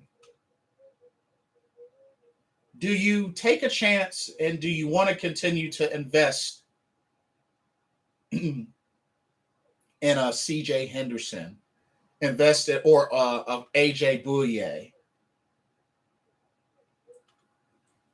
Do you take a chance and try to see if you can get some value and trade Dante Jackson? You know, the secondary, that's where it gets kind of interesting. Okay, Nathan says for defense, Burns, Reddick, Brown, Shaq, Louvu, Gilmore, Horn, Henderson. So you would be okay with expending AJ Bouye and Dante Jackson, I assume?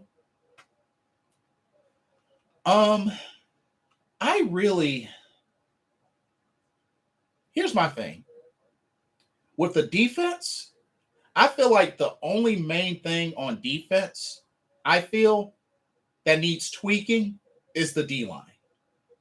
I feel like the D-line needs some tweaking.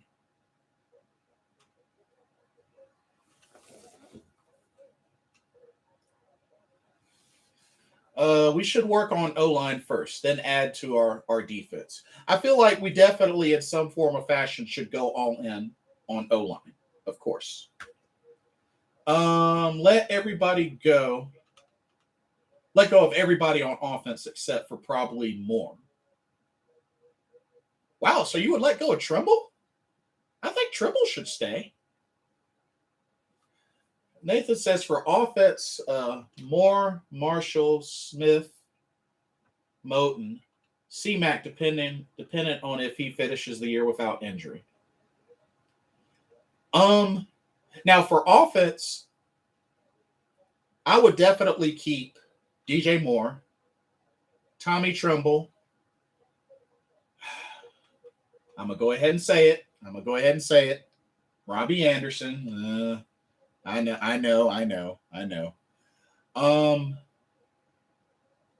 Taylor Moten, C-Mac, Chuba,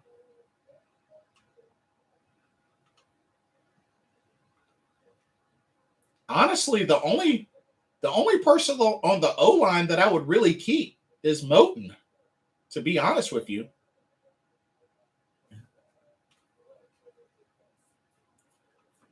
Yeah, Nathan, I know. It's hard for me to let him go. You could say it's hard for me to let him go. I'm holding on to that so tightly. Mr. Gemini says Moore, Trimble, Chuba, Moten. Tito Z, welcome. How about Paradis? So I think this is his last year on his contract, and no, I think we could do better at center. Paradis gets bulldozed. He gets bulldozed all the time. I wouldn't keep Paradis.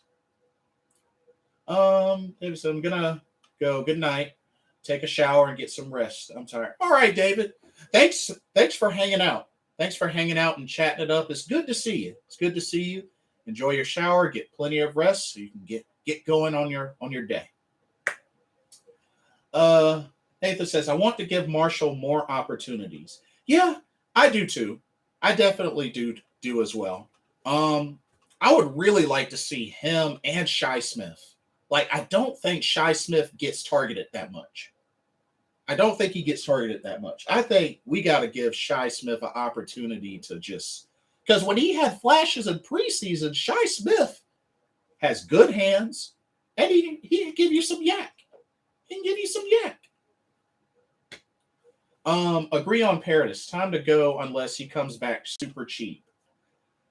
I see Paradis. I just don't think he's strong. I think he gets bulldozed over like easily. I'll keep Marshall too. Yeah, I would keep Marshall. I would keep Marshall. Um, Tito Z says I could have missed, but I really believe we need to use our tight ends more. I agree. I mean, Tommy Tremble has pretty much become a red zone threat. Um, Ian Thomas, I mean, when he gets targeted, Ian Thomas, I mean, he's come up with some big catches this season when he gets targeted. So I don't think the door will be closed quite yet on Ian Thomas because he's still young as well. But we'll see. We'll see. I just feel like he doesn't get targeted much, but when he does, he's been able to make the play. Sam Darnold got busted by ghosts. Time for PJ to save the city. Hope so. Hope so. I really hope. It's going to be tough, but we'll have to see. Paradis probably out for half the season with the ACL, so he'd only be depth. True. That's a good point. That's a good point. He wouldn't be able to come back immediately. So that's a good point. But yeah. Defense, I would be interested to see on defense what they do with the secondary. I think that's ultimately that, and the D line are ultimately what I'm really curious about at the end of the season for the secondary and the D line. Joe Brady's offense sucks for tight ends. Never targeted them in college either. That's what I've heard. I've heard that. So wait a minute.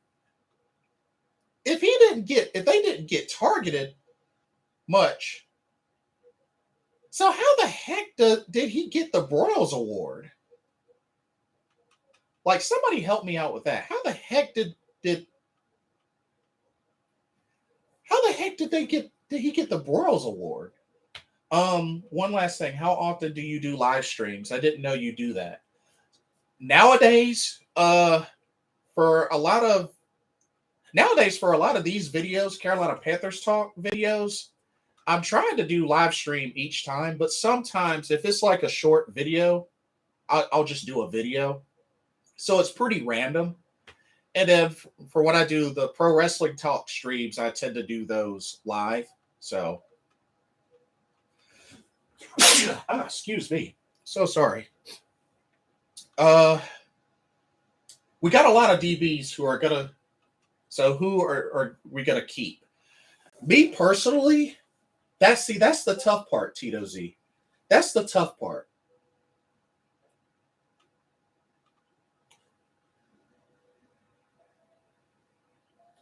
Nathan says, I think Dante is gone, as I've said to you before, unfortunately. He'll get paid big elsewhere. We have enough depth at quarterback. Yeah. And I feel like that might be the one that gets thrown in a package, perhaps, to trade. He could be thrown in a package to trade. But once that you have a good night, David. Good to see you. Thanks again. I think so. That's right. I'm sorry, Nathan. He is a free agent. This is his contract year. That's right. That is his contract year. So CJ Henderson, I could see being kept and being built up. Of course, JC Horn, Stephon Gilmore. Do we want to keep AJ Bouye? That's another one that's kind of iffy. Keith Taylor, I think Keith Taylor has definitely shown that he could grow into a role player or even a star. So Keith Taylor. So I mean, you got some depth there. Keith Taylor, CJ Henderson, Stephon Gilmore. Um, I just said his name. Oh my god, having a brain fart now. AJ Bouye.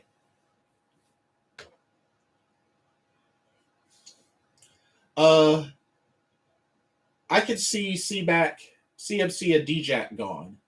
CMC is still kind of up in the air.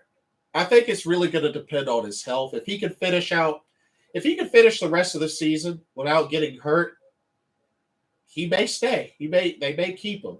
I just don't really know who's going to want to take on that contract he has unless it gets restructured.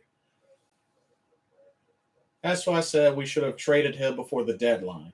I'd keep AJ for depth and Taylor for sure. Yeah. So you pretty much uh, let Dante walk, keep AJ, keep CJ, keep Keith, keep Stefan. Okay. CJ's still dealing with depression, I think. Hope he makes it through the other side. Feel sorry for the kid.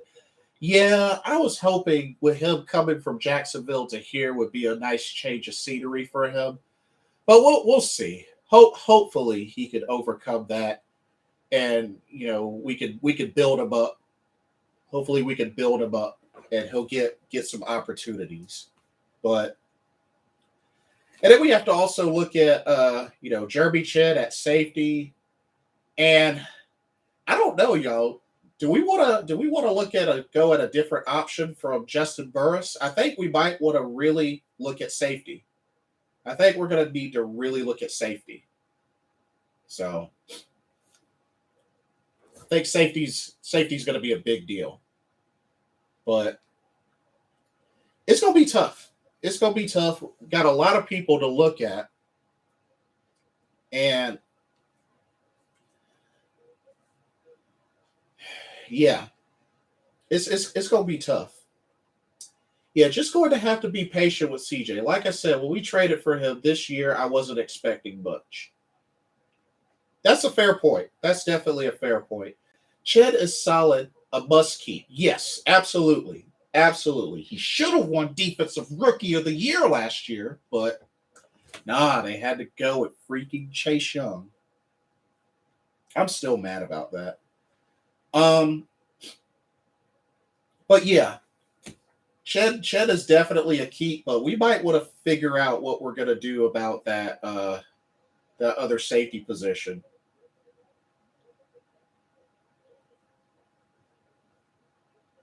Best safety I've ever scouted this year, Blitz, in this draft class, Kyle Hamilton, absolute star. Oh, is that right?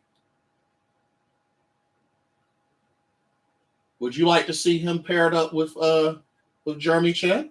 Yeah, could definitely see that. Definitely see that. 1 second. 1 second. Where'd this cord go? Okay. But no, I'd be down. I'd definitely be down. I just don't think because I like Justin Burris, but the dude hasn't been able to stay healthy. He hasn't been able to stay healthy. So that's my only thing with that. And Sean Chandler just hasn't really done it. He just hasn't really been the guy. So yeah. But yeah, I do agree, Nathan. We gotta go hard on this O line. We gotta go hard on this O line. Um, Tito Z says must keep Reddick also. The D line and O line needs work. Yeah, I do agree. The D line should get some tweaking. I think the D line should definitely get some tweaking. Mostly in the interior. Uh, Derek Brown, I feel like he's more of a run stuffer. I mean, I think he's just somebody that we have to expect to not really get much as far as sacks, but he could clog up some holes and make it hard for the running back to get through and give the opportunity for other players to eat. That's what I think Derek Brown is. I think he makes the type of plays that gives others the opportunity to eat.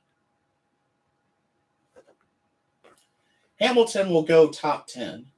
Oh, yeah? Right on. Right on. But yeah, we got a lot of work to do and got a lot of preparation for this upcoming Arizona game. But I'll leave the floor open for any last comments before I end the live stream. So any last comments, any last questions you want me to address, just let me know. Another star Latudale. Yeah, exactly. Pretty much. I mean, star. Another good player, not known for getting sacks, but he was a run stuffer, clogged up holes, gave everybody opportunity to eat. So, all right, Nathan. Thanks again for stopping by. Thanks again for stopping by and chatting it up. It's always good to see you. Tito Z, I'm so sick and tired of rebuilding year after year. Dude, I'm there with you. I'm there with you. I can't stand it, but at the same time, we're stuck. And we're stuck because of bad decisions. And we're in another season dealing with more bad decisions in the form of bad O-line, Sam Darnold, Joe Brady. So we'll get it right sometime. We'll get it right. Hopefully before I'm no longer on this earth. But we'll get it right. Like I said, I think for the most part we're set on defense, barring a few changes going, for next season. I think we're pretty set on defense, but I think we got to go hard on the offense in the offseason and in the draft. I think we got to go hard, especially that O-line. We got to go hard and start thinking of who we may want, because I just don't see Joe Brady being here. I think he's got to go. So be thinking about who we could potentially get for offensive coordinator. But that's all for tonight. Like I said, next video, barring anything crazy from happening, next video will be a preview video for Panthers going on the road to Arizona to take on the Cardinals, the beastly Cardinals. And PJ Walker is getting a shot. We'll go over it in a few days. Anyway, thank y'all so much for the likes, for the chats, for sharing. As much as I love to hear myself talk, loving hearing y'all's feedback and loving y'all contributing, much appreciated. Y'all are amazing. Thank you so much. And no matter what, keep pounding. And as I said before, hope for the best, but we might have to be planned for the worst. Be planned for the worst, hope for the best.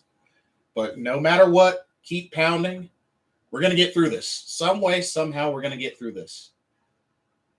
This has been another Carolina Panthers Talk with your host, Blitzball Champ of Blitzball Champ Gaming. I love y'all. Hope everybody have a blessed week, and I will see y'all very, very soon. Take care. Good night. Peace.